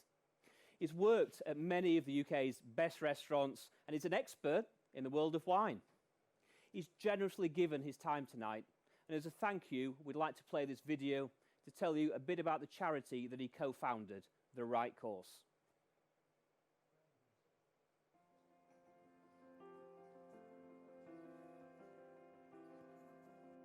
The Right Course is an initiative to open and run a restaurant in prisons at no cost to the taxpayer using existing facilities and equipment. So what we want to do, we want to upskill, we want to train, and we want to get the guys to be qualified so that when they are released, they have a job, because the key to not reoffending is having a job. Well, I've worked with offenders for the last 10 years, and I live in Peckham, and at the time I started my first initiative to help offenders because my daughter was going to school and there was a wave of crime on the Old Kent Road. And I just thought something needs to happen and somebody needs to do something about it. So because the Galvin Chance, which is the initiative that I started 10 years ago, was working so well, but I feel that we did not reach out enough. So I wanted to go straight to the heart of the problem, go to the prison and see what could be done.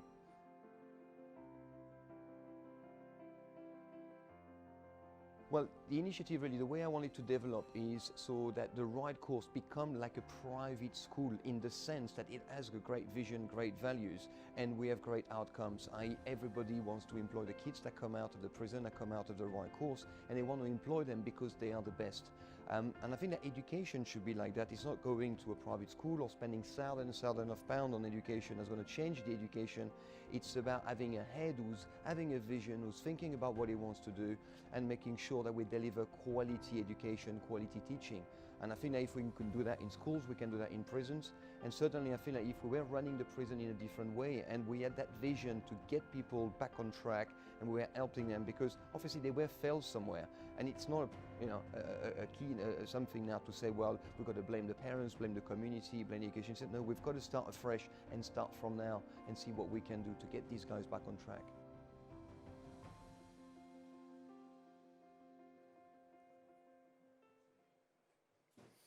Well, good evening, Fred. How are you? How are you? Ah, I'm living the dream. Amazing, fabulous, and magnificent, all in the same sentence. Well, listen, it's a real pleasure to be here. And if you think I'm crying, it's because I am actually crying. Oh. My daughter was up for Young Sport Personality of the Year, and she just won, just now. Oh. It was live on Blue Peter. She was up against a couple of other sports people. One was a world champion, Paralympian skier. The other one was a footballer, and she just won. And she was just on. Sorry, it's very emotional. Oh, that's fantastic. So, Congratulations. That is she was amazing. just on the CBBC there, and she was speaking so eloquently, you know, and so beautiful. Anyway, she won. She won. I can't believe it. Congratulations. And how old's your daughter, Fred? She's just 16. Wow. Well, I have a 15-year-old daughter myself, so I know how challenging that can be. Well, my daughter, unlike your daughter maybe, she's not challenging at all. Oh, wow. Because she doesn't like boys. She just wants to study and die. That's all she does. There's no challenge for me. It's just so easy. You are very, very, very, very lucky. That's not always true, I can promise you. I'm looking forward to that first boy coming into the house. I'm telling you, I'm training very hard because I'm just going to tell him what's going to happen if you start going out with my daughter. Anyway, I'm really, really pleased. But listen, I just want to, first of all, before we start this wine tasting, just say thank you to everybody at Progeny, especially Dominique, which I've been working with for a long time. And, you know, I think that what's very important with the business that you're in is trust. And one thing is that I know is that with Dominic and with the team here at Progeny, I know that I can trust you. It's about that reliability. And you know, it's about having somebody on the other end of the phone who, when you call, answers. You know, it's like when you call a dentist. If they don't answer your calls when you're in pain, then you know you're with the wrong dentist. And that's what it boils down to, because the job that you do is so important. You are looking after the hard-earned money that people have put aside. And, you know, one cannot, have any mistakes here, because otherwise, you know, it's a lifelong that's just being thrown down the drain. And I remember joking with Dominic a few years back and saying to him, I hope you are not like Bernie Madoff, Dominic, because I know you as a friend, but, you know, in business, you know, and with the job that you do here, how are you going to look after my money? And I have to say I'm really, really pleased. And again, it all comes down to trust. And to all the people I've met at Progeny, which Lorna, for example, or Jill Evans, you know, these people have really I think they are delivering over and beyond them. And at the end of the day, you're talking about the very basics here. People who return your calls, who answer your emails in a timely manner, or give you advice, and who generally take the time to do the job that they are supposed to do, and who do it well. So I don't do many of these things like this. A lot of people ask me, but when Dominique asked me, I couldn't say no, because if you look after me and you're a good friend, then when it's my turn to do something, then I cannot refuse. I can only do it. So that's the reason why I'm doing it, and I'm very pleased to be with you here tonight. It's great that you've got such a great organization, and it's good that even though you've got a pandemic, you're still doing awards, and you're still doing something to get the vision and the values of your organization here, and to make sure that it works for everybody. So well done, and thank you very much for all you're doing for me, and thank you very much for your donation to my charity, the Right Course. We're just about to open another restaurant in another prison called Scrubs in West London, actually. So we should be opening that, if all goes well, you know, with the red tape in the prison and all that, around April or May. But when we do, I surely will let you know. And if we do have people who are able to come into the prison, because it's a category C, so sometimes it's not so easy, we'll let you know. So, a show of hands, who knows anything about wine?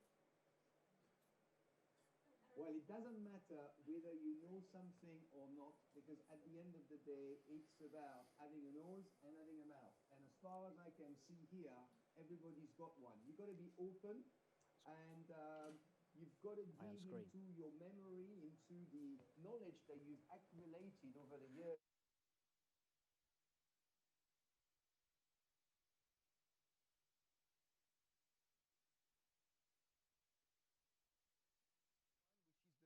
The Crémant de Bourgogne. I like to start with the sparkling wine. I think it's more fun. I mean, that's the way I was brought up in France. You start with the sparkling wine, then you go on to white, then you go on to red. But at the end of the day, there are no rules. If you want to start with the red wine, we can start with the red wine. But we'll do it the French way, no offense. So let's open that bottle now. So do any of you know about Crémant at all? So Crémant is a sparkling wine. Hold on a second. Oh, hopefully I can open it. There we are. So Crémant is a sparkling wine. And of course, when you think about sparkling wine, you think about champagne. And champagne is the sparkling wine par excellence. The thing is, with champagne, it is produced in a very limited area in Champagne, in northeast of France, using very specific technique and specific grapes. And it is regulated by the AOC, the Appellation d'Origine Contrôlée, which is running all through France. Now, Crémant, the appellation Crémant started in 1975. And basically, people were making Crémant all over France, but the French authorities, the French wine authority, wanted it to be regulated. And the reason they wanted to do that is to ensure they differentiate between champagne and Crémant. So the appellation champagne is very well guarded. So you can't make champagne in America, in Australia, in England. So for example, in England, it would be called a sparkling wine. Now, the Crémant is produced in every single region of France. The one that you've got here, the Crémant de Bourgogne by Marks and Spencer, is a Burgundy Crémant. Now, when you think about champagne and Crémant, champagne is made using a very specific method, which is called the champagne method. Yeah, there we go. That's a very original name. So basically, the wine is made in the normal way. And then what happens is that there is a second fermentation in the bottle. Then when that fermentation is over, the wine is degorged. That's what it's called. So you remove the cork. And the sediment that have accumulated here at the top here will come out, and then the wine is topped up, and it's topped up also using a little bit of sugar. So depending on the style, you got more or less sugar going into the wine. So basically what I'm telling you here is that this Crémant de Bourgogne, which costs £10, is made using exactly the same method as champagne. So this is really a steal. At £10 a bottle, This is a wine that you can't afford not to have in your fridge to open at a moment's notice. Now, if you think about champagne and getting a good quality champagne, you're going to go for, 15. I mean, in the supermarket, you can get it for 12, 14 pounds for a very basic champagne, but really 20 quid, 25 quid for a decent bottle of champagne. Now, because this wine is produced in Burgundy, you see, in Champagne, you're going to use Pinot Noir, Pinot Meunier, Chardonnay mainly, and you can blend those grapes in different ways. The Crémant that we've got here, which is made in Burgundy, is using the grapes that you find in Burgundy. So Pinot Noir, which is the wine that makes most of the red Burgundies, is very expensive Burgundy, like Vauste Romanée and Latache. So this is the Pinot Noir. I can see a lady there drinking the champagne there with a beautiful black lacy stop. Keep going. Don't worry about it. And if I'm talking too much, just tell me to shut up and to drink, all right? You got Pinot Noir, Pinot Meunier, Chardonnay, and Aligoté. Aligoté is one of those kind of obscure grape which makes some lesser known wine, but still nice. Anyway, the interesting thing about the Crémant is that, so it started in 1975, this appellation. And when you think about Burgundy, for example, you can't just turn your crap grape or crap barrel into a Crémant wine at the last minute because you think it's a good idea to save your harvest. You have to declare that you are going to make a Crémant before March, so that before the wine is actually even harvested, and that's very important. So the grapes, so what they are doing here, they're not trying to make a champagne style. They are trying to make a sparkling wine, a Crémant wine, with all the pretty fruit of Burgundy, because Burgundy has got loads of pretty fruit. So it's about retaining the characteristic of the grape, but also retaining the characteristic of Burgundy, because although it's a champagne method, it is not a champagne, it's a sparkling wine, but it's using the same champagne method, exactly the same method. But anyway, shall we just go and try it now, maybe? Let's just pour it. So there's one thing with wine. Wine always tastes better in nice glasses. So I recommend that you have nice glasses. Maybe have some thin ones. It's lovely to have thin crystal glasses. And it allows, especially for a champagne like this, for the bubbles to go to the top of the glass like that. And you can see the first thing you do when you try wine, first of all, let me tell you something. The pleasure from drinking wine comes from the nose first. For me, it's at least 50% of the pleasure. I don't know if you know a book by Patrick Susskind called Perfume, where this man, it's an old a story from the beginning of the century, and this guy, actually, he's a serial killer, but he's got a very nice nose, basically a nice nose. He can smell anything and anything. And having a good nose is very important for wine. And this is where really you get all the aromas and you get to understand the characteristics of the wine as they should be. So 3 things. There is, first of all, you need to look at the wine. Second, you need to smell it. And 3, put it in your mouth and drink it. So as you can see from there here, I don't know what you can see. What can you see? So it's a light color. It's kind of a pale straw, almost kind of greenish tinge. And you can see it's fairly light. I mean, I know the wine is 12.5%, so it's not as a strong wine in alcohol. So it's really perfect. It's not something that's going to give you a headache. The other day I was drinking a 14.5% from Sardinia. Well, 1 bottle between 2, that's all you need because it goes to your head. That's lovely. Anyway, that's the purpose of drinking wine, isn't it, as well? Anyway, let's put it into our nose there. You nose it. You can swirl the glass like that because what it does, it oxygenates the wine and it releases some of the aromas that you've got there. So, what can you smell? Anybody can come on into the chat here, or am I going to talk to myself? I couldn't get hold of it, Fred, so I'm just going to watch with envy while you do the Crémant. Oh, okay. It's sold out down south. Is it? I'm not sure. Who's got it? Who's got the wine? Me. Okay, talk to me. Erica. I'm Erica, Fred. Where is Erica? Oh, I'm Erica, how are you? I'm very well, thank you. How are you? Yeah, I'm good, thank you. Oh, pleased to hear you good news about your daughter. I'm very happy. So tell me about the wine. My nose mustn't be very good. Can I smell sort of lemony apples? That's right.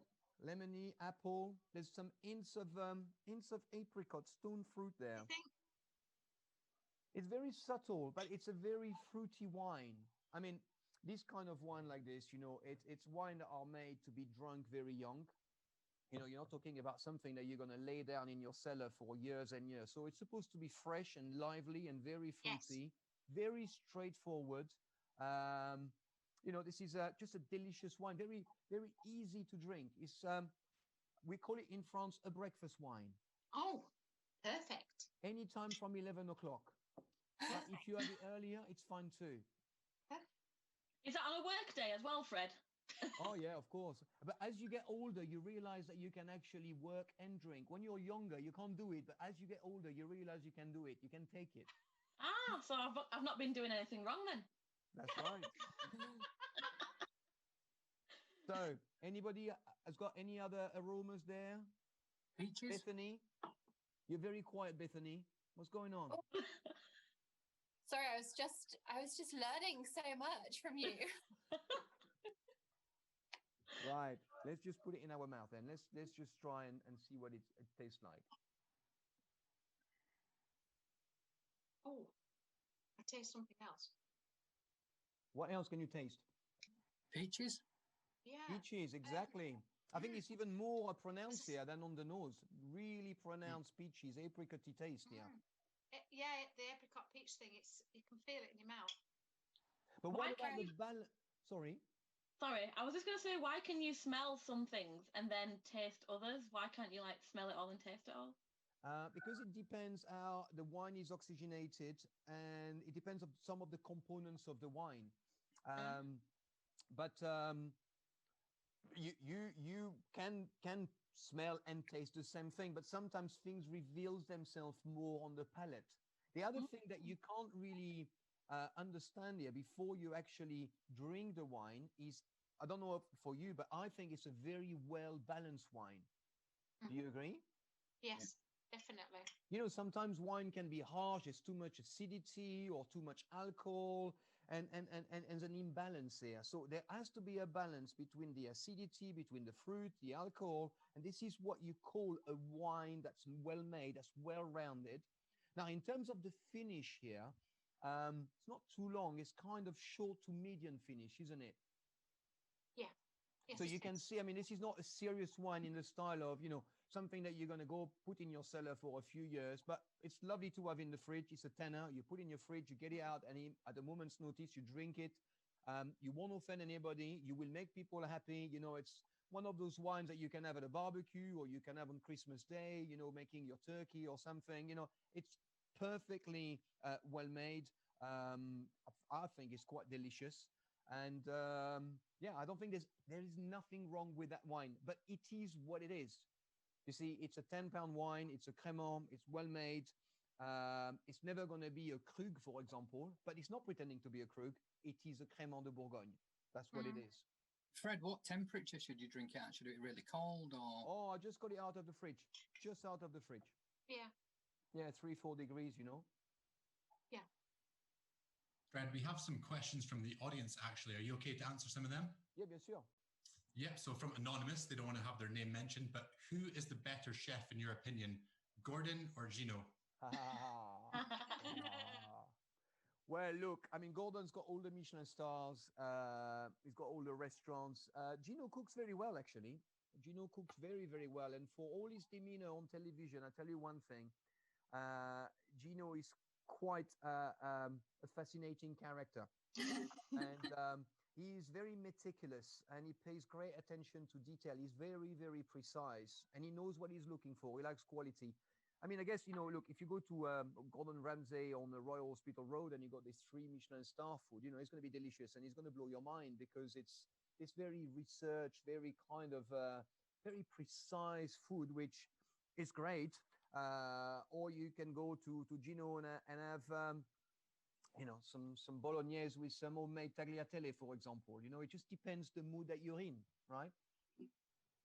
Yeah, absolutely. Thank you. I've got another question for you, Fred. Let's keep this going if you don't mind. I've got one here from Stacey Edwards. She says, can you tell us about the best dining experience you've ever had?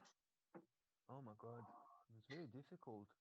I've had so many, I mean, it's like, what's your favorite song? Or, it's very difficult. I mean, look, look, I can tell you about one of them. I went a couple of years ago with Remarkable Places to Eat on BBC Two, and we went to San Sebastian with a girl called Nisha Katona, and she took me to this place called Casa Julian, which did steak. I mean, they still do steak. This place in San Sebastian is just unbelievable. And you go in, and it's like this place hasn't changed since the 60s when the current owners bought it. And they see themselves as custodian of the brand, and they are just looking after the brand for the next generation. And you go in there, and you got, I mean, it's quite dark. It's almost kind of dirty as well, because everything is cooked on the stove, which is in the restaurant, and you got these bottles of wine everywhere lined up on shelves, and there's dust everywhere. There isn't dust on the table and on the seat where you are, so you can touch stuff like that, and you're not gonna have dirt everywhere on your hand. You know what I mean?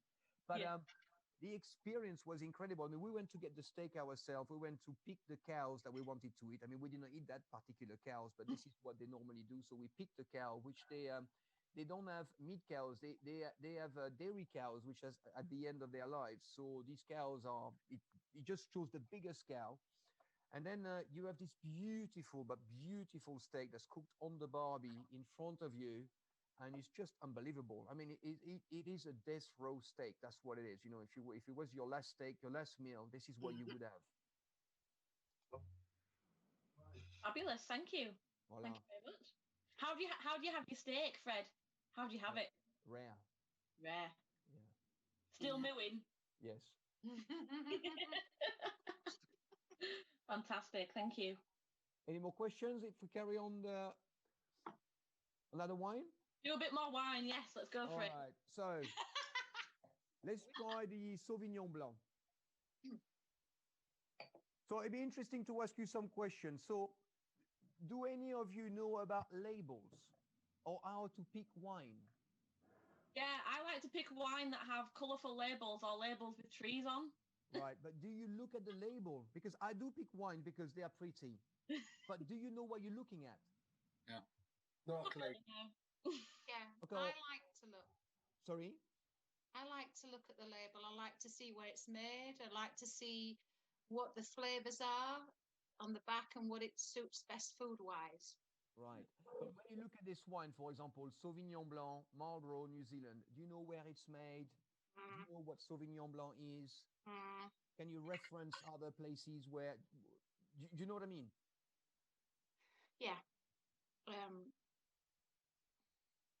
The thing is, because I think that wine is very elitist, and it's very pompous and very pretentious. And it's all about this, you see this, blah, blah, blah, blah, blah. Yeah, I find it very boring, but it's like that. And it has been the way it has been for as long as I can remember.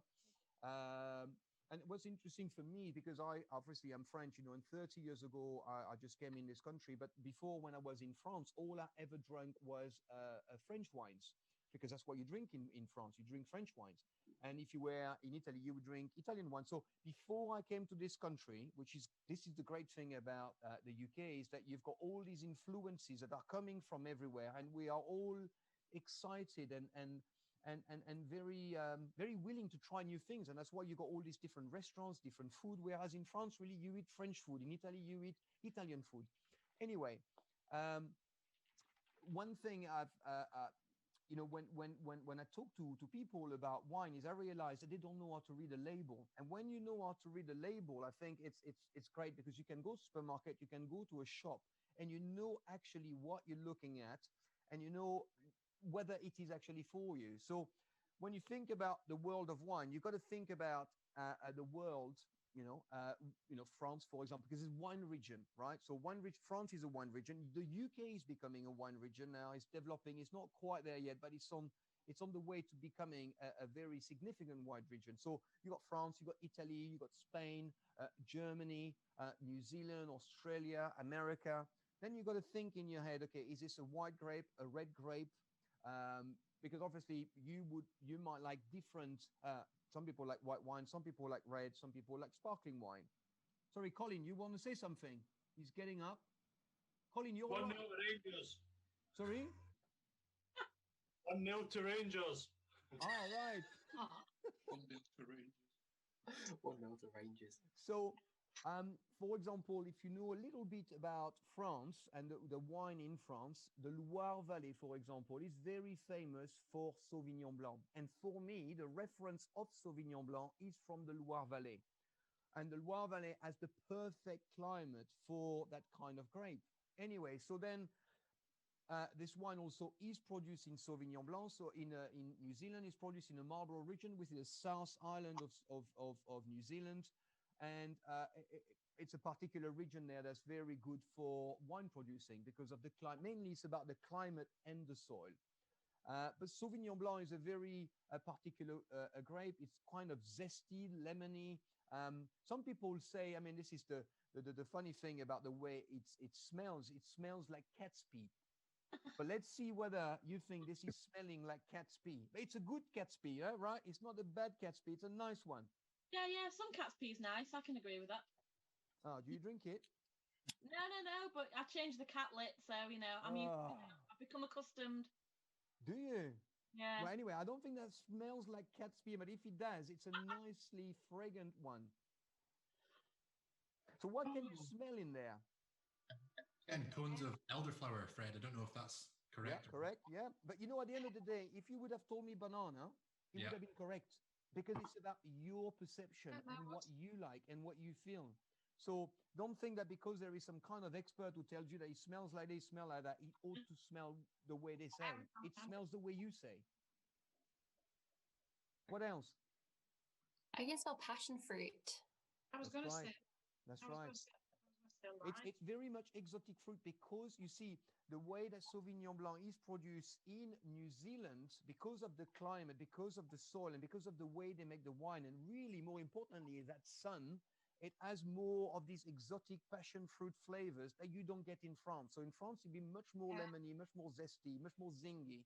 But here you got more tropical fruit flavors, which make it for a very interesting nuance compared to the French one, if you like. You see, it's a very different style, but it's the same grape, and you know it could be produced exactly in the same way in the style of the winemaking, if you like. But at the end, the product is very different, and that's what's exciting. So when I'm choosing a Sauvignon Blanc, sometimes I'm thinking, okay, am I going to go for this kind of big, bold, kind of tropical flavor in my face, or do I want something a bit more subtle and go with the Loire Valley, for example? So this is the, you know, when you're looking at a label, you know, you don't just look at Sauvignon Blanc, you look at where it's produced and you get that style, and therefore you know whether you're going to like it or not, right? Yeah, we have another question from the audience. This one comes from Anna Jones. We're waiting for Anna. Go on, Anna.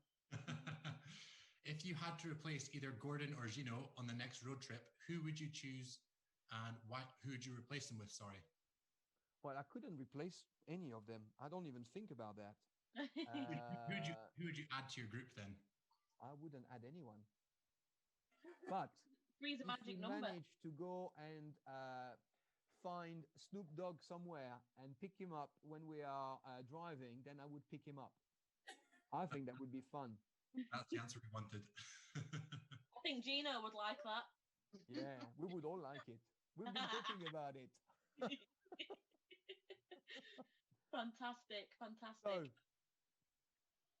I think that, I mean, again, that's a very straightforward, simple wine, right? I mean, there is nothing that, I mean, it's just all there, right? And there's nothing hidden in this wine. But most wines are like that. And in fact, what's interesting is when you taste wine, which people who say they don't know anything about wine, as long as they have a nose and they are able to smell and recognize the aromas and the flavors, then you are a wine expert. You don't have to study stuff. You just have to have an interest and be very enthusiastic about what you're drinking. And what's important is to just explore, go and explore and look for stuff and remember the stuff that you like. And then at the end, you will know exactly what's what. So let's drink it, shall we?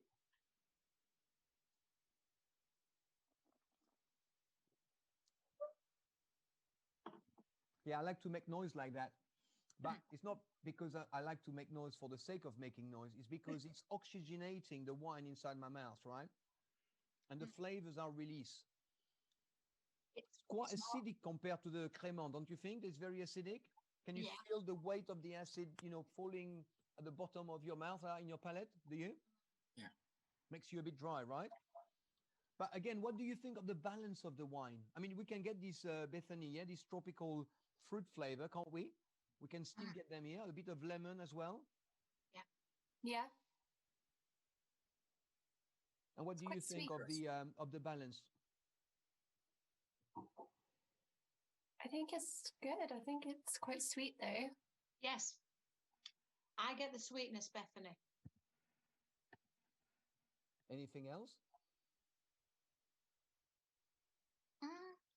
I'm finding it quite sharp, but in a nice way. Yeah, I think that it's not really a sweetness, it's more the fruitiness because it's very, very fruity. And that gives you the impression that it's sweet, but it is sharp, it is acidic. And actually, as you are, seconds are passing, you still get that smell and it goes back in your nose in a nice way. You get that lemony flavors.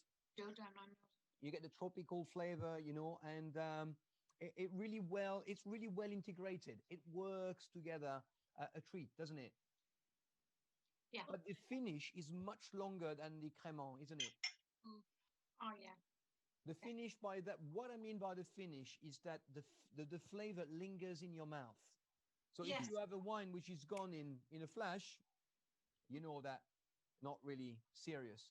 As the flavor lingers, for longer, you're in for a treat. Fred, I have another question for you, if that's okay. One for breakfast and that one for lunch. Sorry, Colin, I did not understand what you said. Sorry, someone might translate for me, but should we have the sparkling wine for breakfast and this one for lunch? Oh, you can, of course. Or one after another. That's fabulous. We've got another question for you, Fred, if that's okay. Sure. This is a question from Georgia. She said, you always seem to make a big effort to help people feel at ease when they enter the first dates restaurant. Do you feel a responsibility to help a couple who are clearly having a terrible first date to still enjoy their evening? Well, I think that it's not just the people who are having a bad time. I think that when people come to the first dates restaurant, because they've been watching first dates for however long. And for some people, they come, you have to put yourself in their shoes, and they really want to find love. And for them, we are the last resort. And we do have a responsibility because they believe what they see on television. They believe that we're going to be nice. They believe that we're going to make them with somebody who's going to be the love of their life. And, again, what I was saying before about progeny and about trust, it's about trust. And I've got to make sure it's more than just a show. It's about my personal reputation, and it's about the memory I'm going to leave with these people, and I have to be responsible for that, and I have to make sure that I give them the best time that I can possibly give them. So the whole team is like this. So every time we have a match on first date, we have a dossier this thick, and on the dossier, we have to justify why we are putting John and Mary together or Paul and Tom together. And why is it working? It's working on paper, but why? What are the reasons? And then they come and then the chemistry is there or it's not there. But we've done the job. But even if it's not there, we've got to make sure we look after them. Yeah. Yeah. No, that's interesting, Fred, actually, because we have another question from Johnny Brand, and he asks, please, can you get me a date? I don't know if you can do anything about that, but he's saying... Okay, so who's single here? Laura, are you single? There we go. You see, I spotted you straight away. Get me in there. So, Georgia, are you single? No, sorry. Never single. Luke, are you single? No. All right. Zoe? No. Oh, God. Please? Well, listen, I mean, I think that a lot of a lot of romance start in the office. They do. So maybe we should have a sweepstake at the end of this session and get people together. I think that's a great idea, Fred. Let me learn about that. Dominic R.I.P. must vouchers be in the hall. screaming behind his screen. I don't know where he is. Sorry, Dominic. I love it, Fred. Keep it going. It's great. Fabulous. Right. Fred, how scared were you when Susie went for you at the Christmas special? Susie. Susie. I watched it last night. The replay of the Christmas first dates. Oh, well, what can you do? It happens. It's part of the job. Yeah, she wanted you on her date. I know. What can I do? What can I do? We need to go to the live studio now, Fred. We have a live question from Sarah Giles. So may I introduce Sarah Giles to the screen? Sure. Hi, Fred. How are you? Hey, Sarah, how are you? I'm very well, thank you. So my question is, I'm a massive fan of the First Dates restaurant and the First Dates hotel. And you seem to have an amazing team there. They all get on so well. And I just wondered, when you do need someone new, what is your sort of recruitment process? What does it involve? Well, there's a lot of people who want this job. So we go through a process where, it's not something that you don't put an ad and you say to people that, this is what we're doing. We're recruiting for the First Date restaurant. It's something that happens behind the scene, and then it's a long interview process. There's one thing that for me is very important, that people are capable to do the job. So that we have a waiter, for example, who's capable to do the job as a waiter. So the professionalism is very important, and it's a question of personality, of course. They have to be fun, and they have to be quick on their feet, and it's somebody who's going to be able to fit in within the team. So it goes down to the interview process. I guess no difference to what you're doing at Progeny, finding somebody who's fitting in with the values and who's going to fit in right within the organization. It's a bit of a boring answer, isn't it? No, it's a great answer, Fred, and thank you for answering it. No problem. Fabulous. Well, do you want to move on to another wine, Fred, if you feel like it? We're going to go for the red. I got a big glass. I'm getting the big guns out. Yeah. So that's a Corbière. Any of you know where Corbière is from? France? Is it from Rome? Rome? Yeah, have I pronounced that correctly? Sort of southern France. That's right, yeah. It's near the Rhône Valley, that's right. It's in the Languedoc-Roussillon, which is one of the biggest wine region in France. And up to a while ago, not so long ago, let's say maybe 20 years ago or something, the wine that was produced there was a lot of big production, a lot of volume, which the quality wasn't quite there. But then younger producers came and they wanted to change things. And the wine quality changed really. And Corbière, I think, is in a great area. It's very close to the Rhône Valley, very close to the Mediterranean as well. So you got all this influence from the Mediterranean, this really hot, arid climate there from France, but also you got the cooling influences there because of the Rhône and the Alps mountain on the right. What's interesting with this wine is that, again, it's the value for money, which I like with this wine. We could have had so many wines, but we went with Marks and Spencer because I'm the ambassador there. We could do another wine tasting down the road and try some different wines, and I could tell you about some of my favorites. But anyway, the Rhône Valley is very specific with some of the grape that they use. For example, Châteauneuf-du-Pape use, I don't know if you like Shiraz, which we call Syrah in France, Grenache, Carignan, Mourvèdre. For example, these are exactly the same grapes that go into the Corbière. And all these grapes are delicious on their own, but when you blend them together, the sum of all these grapes, just outweigh what they could do on their own. So you got these kind of big, bulky red hair. This is a red wine, red meat territory. If you got, for example, some beef, some barbecue, maybe a bit of venison. But then again, I'm saying that, but let's say you were having tonight a ceviche, for example, or a carpaccio of salmon, and you fancy that, then this is what you should have. because, you know, there is all this convention about why you should drink and how you should drink it. And I know that in the last 30 years, I've seen consumers' habits evolve, you know, and if maybe 30 years ago, people were having champagne, white wine, and red wine. Now, a lot of people, for example, are even having cocktails with their meals, or they're having champagne all the way through, or just red wine all the way through. So at the end of the day, it's for you to find what you like and enjoy it. But the diversity is such in terms of where you get your wine in the world, whether you like white or red, and a different style of white wine. Like, let me tell you about something that's not on there. You know, everybody talks about white Burgundy. I don't know if you like white Burgundy, like the Meursault, the Puligny Montrachet, you know, these big, beautiful Chardonnays. But I tell you one thing, there's an appellation in the Rhône Valley, which is next door to Corbière, which is called Condrieu. Have you heard of Condrieu before? Condrieu. No. Oh my God.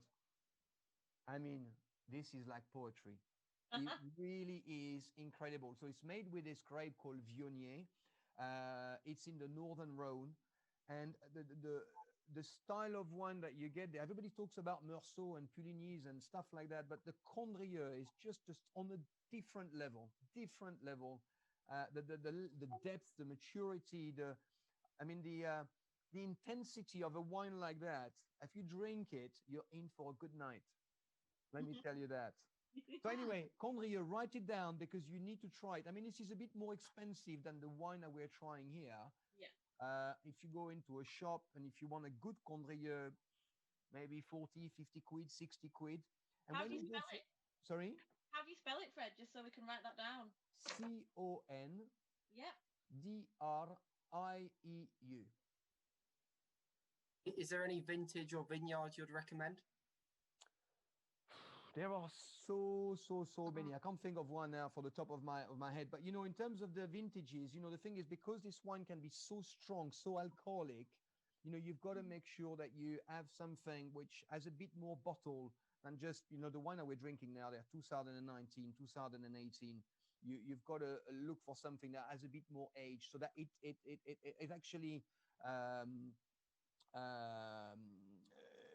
become a bit softer with age. Yeah. You don't want something that's too alcoholic. But Condrieu, I mean, you've got to try it, and then you will be converted.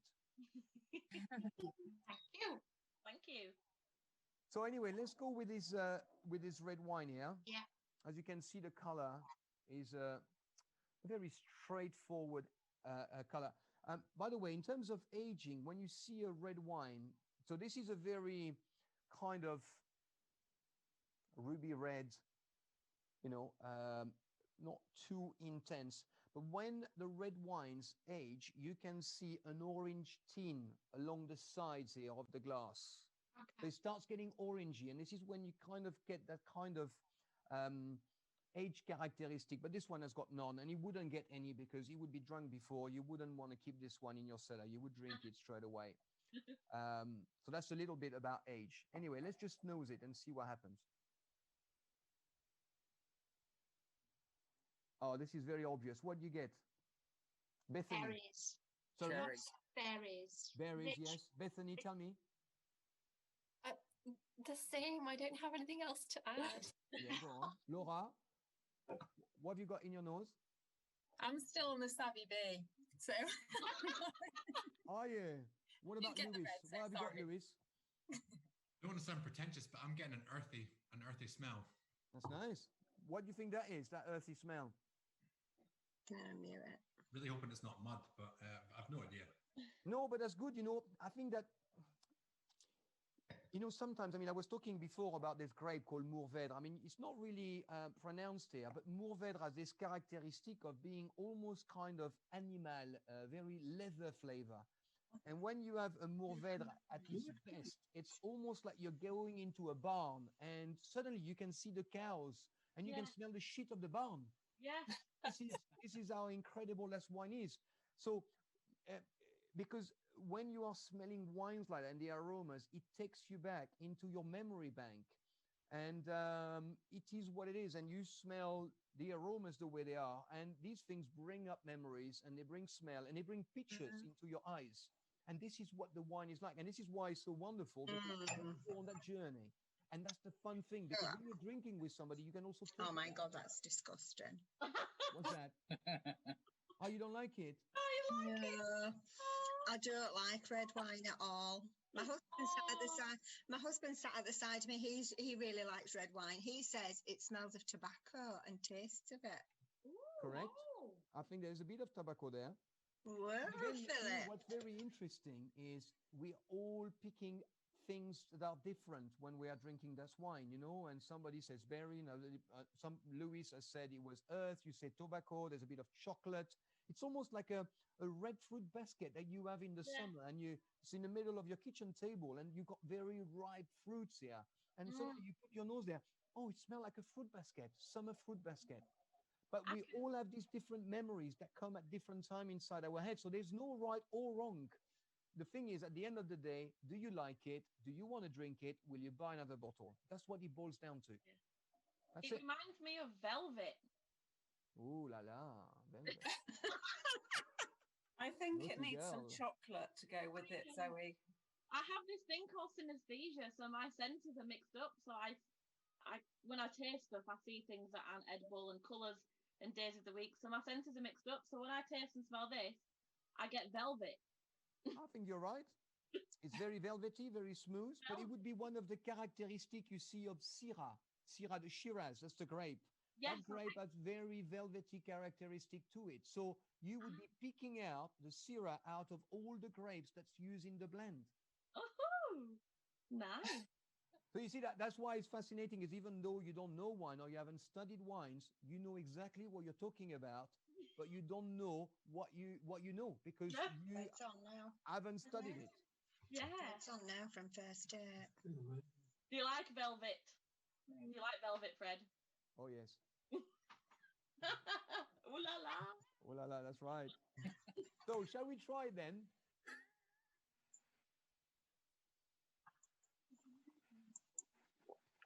I love it.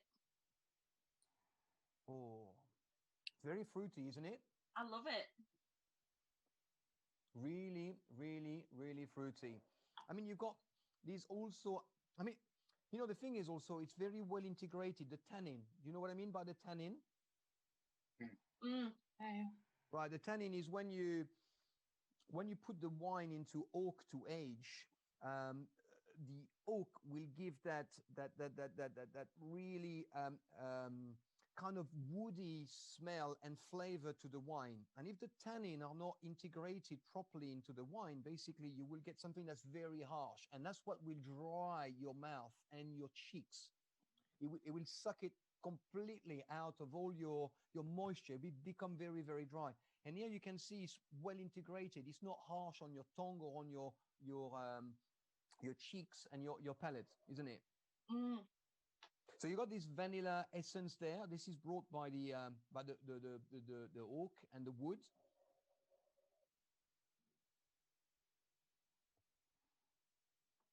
Very, very soft. It's a very soft, and although it is, I mean, you can see the alcohol there. You can see, can you see the legs on your glass? You see the legs of the wine? Oh yeah. So that's an indication of how strong in alcohol it is. So the longer it takes for the legs to come down, the stronger in alcohol it is. I never knew that. There we go. Are all wine glasses the same? So you see that this wine is made in, obviously, in the Languedoc-Roussillon. So it's very hot there. The climate's very hot. So when you got a hot climate, the wine tend to be stronger in alcohol. That's why, for example, when you have wine in Germany, they do beautiful Rieslings in Germany. The wine is lower in alcohol, but here you got a 13.5, which is quite strong. Not as strong as it could be, but still it is quite strong. And you can see the legs there. So that's also an indication of when you're tasting the wine to look at the legs. And you see, so it's a pleasure for the senses. It's not something that you just put in your mouth and drink. It's taking the time to enjoy the wine and taking the time to enjoy the experience. Yeah, there we go. Fred, I've got another question for you, if that's okay, from our audience. Go on. I've got a question here from Jenny Newby. She says, from first dates, what is your funniest memory from any of the couples who have been on the show? We had this girl once, a long time ago, maybe 2014. Anyway, she came in and she was so drunk. And then she was at the bar, and she arrived at the bar, she had more drinks. And then she started to dance on her own, you know, like right on time. And she was dancing and singing, and there was no music. And she was doing all the moves like that and everything. And the date was looking at her thinking, oh my God, what's going on? Oh. Anyway, in the end, I had to say, look, I can't serve you any more alcohol. And I think that we'll have to cut the date short because it's just not, it's not good for the business, you know, because I'm responsible. I'm running a restaurant there, but also we're doing television. And so we had to stop the date and cut it short. But she was so drunk. It was unbelievable how drunk she was. I mean, how would you, I mean, if you're going on a date, would you go as drunk as this? No, never. One drink to just loosen you up a little bit, maybe, but no more. She was properly loosened up, I'm telling you. Sounds it. Oh my. Can I ask you a question, Fred? You said about your favourite wine. What is your favourite red wine? If you could only have one. It's difficult. I mean, actually, tonight I bought. Let me show you what I bought. I'm going to show you. Give me a sec. Right on time. Keep dancing, Zoe. We need some music while Fred's gone. Right on. Rob professes to not know much about wine, but you know loads. Right. So I bought an Hermitage, which is from the Rhône Valley. Ooh. That's delicious. So what is this? This is 14%. Oh, it's gonna be I don't know what I'm going to drink tonight. So I'm going to either drink that or that. So I've got the Brunello di Montalcino. That's a 2004 here. Or I've got this Hermitage 2012. French or Italian, I don't know. Why not both? Yeah, why not? Yeah. I'm working tomorrow, so I'll just have one. So am I, Fred.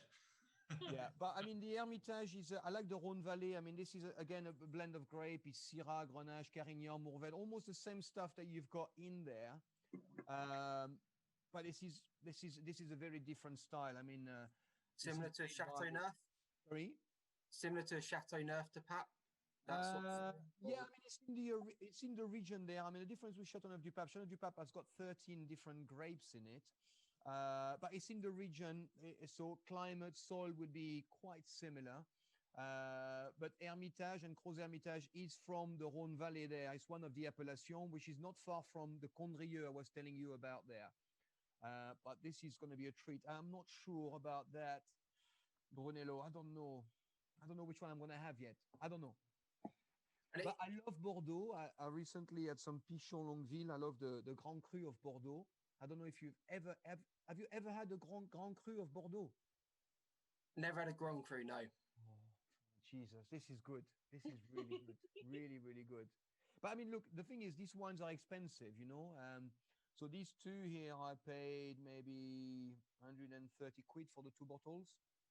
So they're quite expensive, but it's a treat, you know. And I just think, just gonna enjoy myself and have some nice wine. Is there any, if you could sell a one wine for 10 years, what would it be if you've got the patience to sit on it for 10 years? I mean, you can look at Bordeaux and you can look at all the beautiful chateaus there. You can look at all the beautiful winemakers in Burgundy. You can look at, for example, Penfolds. You know, there's a wine in Australia called Grange. I don't know if you've ever heard of it. I mean, a bottle would set you back 800 quid, 1,000 pounds. It's predominantly made with Shiraz again, and this is just a big, bulky red. I've had the chance to try a couple of times. And I met the winemaker, Peter Gego, a long time ago. I was doing a wine dinner for him, and we had all the range there, and it was just a great experience. But there are more wines that I don't know about than wines that I know, you know. And there's, the thing is with wine, there's always a producer, a region, or a new appellation starting, or a new blend, or somebody who wants to do things differently, who's not part of an appellation, but is doing the wine that he wants to make, or she. And then you try and you think it's just amazing. The wine on my wine club next Wednesday, if you look at my Instagram, is called Susu Maniello, which is a wine that's made in Puglia. And I bought this wine. It was 20 quid to buy from the shop, and 32 pound if you are drinking the wine while you're eating in the same place. And that wine is just unbelievable. Unbelievable. So it's going to go on my wine club next Wednesday. It's a really concentrated flavors and very intense. Lots of fruits, lots of tobacco, leather, very earthy note. And it's very, very intense. And it's that wine I was telling you at 14.5%. But this is just beautiful. So yeah, it's just having an interest really and enjoying it. And the thing is, I'm lucky because I know, for example, that if I buy that for 60 quid, I know it's going to be good. Yeah. Yeah. So it's expensive, but if you know a little bit about it, and if you start, you don't have to start big. You just start small, and as you go and as you increase your knowledge, you will find that you enjoy it more and more. Yeah. Amazing. Oh, I want to go wine shopping now. You should. What's going to be on your Christmas table, Fred? Sorry? What will be on your Christmas table? I'm going to do some beef. I mean, I don't do turkey. It's not something I like to do. I think it's too much food, to eat for 3 or 4 days after you've cooked it on the day. I'll have some filet steak, or I'll have a big, beautiful rib of beef. Yes. And a gratin dauphinois and some nice green vegetables. Oh, I think to start with, it has to be fish. It has to be like a ceviche, some carpaccio, some oysters. Yeah. So I'm still thinking about the menu I'm going to do. I don't have like a strict, this is what's happening at Christmas every single year. I change my menu every year. Can I come? Yes, of course. I was just going to say. And we actually have a question from Dominic. And he asks, does wine go with curry? Also, do you think Omar has forgiven me for recommending a change to one of his recipes? Yeah, of course. And look, like I said to you, if you want to drink wine with curry, you can. That's it. You can do whatever you want in life. Fantastic. Thank you. Okay, I think we have time for one more question, Fred. What does love mean to you, and what do you think are the most important factors in a healthy romantic relationship? Oh. I think it's about trust. At the end of the day, it's trust. It's people who have your back, who understand you, and you understand them. And that's this ability that we all have to meet in the middle. And it's very difficult also to understand each other, to communicate. And even though we use the same words, we understand people and each other differently. And so to have this ability to understand one another, I think this is something quite special. But I was talking about Progeny before, and it's about that sense of reliability, that when you call, somebody's there. And you only know your friends when you call them if they are there. If they are not there when you call, you know that it's not your friends. So, and for a long-term relationship, I guess you got to keep the spirit alive. There is this balance between security and adventure. It's got to be both secure and a bit adventurous. You got to have fun. So as much as you know what you're getting, sometimes it's good that you don't know. You never know what's going to happen. You know what I mean? Love that. Thank you, Fred. Thank you, guys. Fred, well, listen, enjoy yourselves. I don't want to big up my own show, but at 8 o'clock, I'm on Channel 4. It's called Snack Masters. It's a food competition like no other. It's kind of Monty Python-esque. If you like Monty Python and if you like a bit of a British sense of humor by a Frenchman, there you go. Though you can watch it. It's on Channel 4 at 8 o'clock if your Zoom call is finished. I'll be there. Thank you, Fred. Thank you. Great. Fred, can I just thank you? Thank you very much indeed for having me. Fred, can I just say thank you very much from the studio here in Leeds. That's been amazing. Really good. Everyone's interacted so well. So thank you for everyone who's taken part. And I hope you have a fantastic evening. Enjoy that bottle of red and celebrate that success with your daughter. Thank you very much, guys. Take care. Cheerio. Thank you. Bye-bye.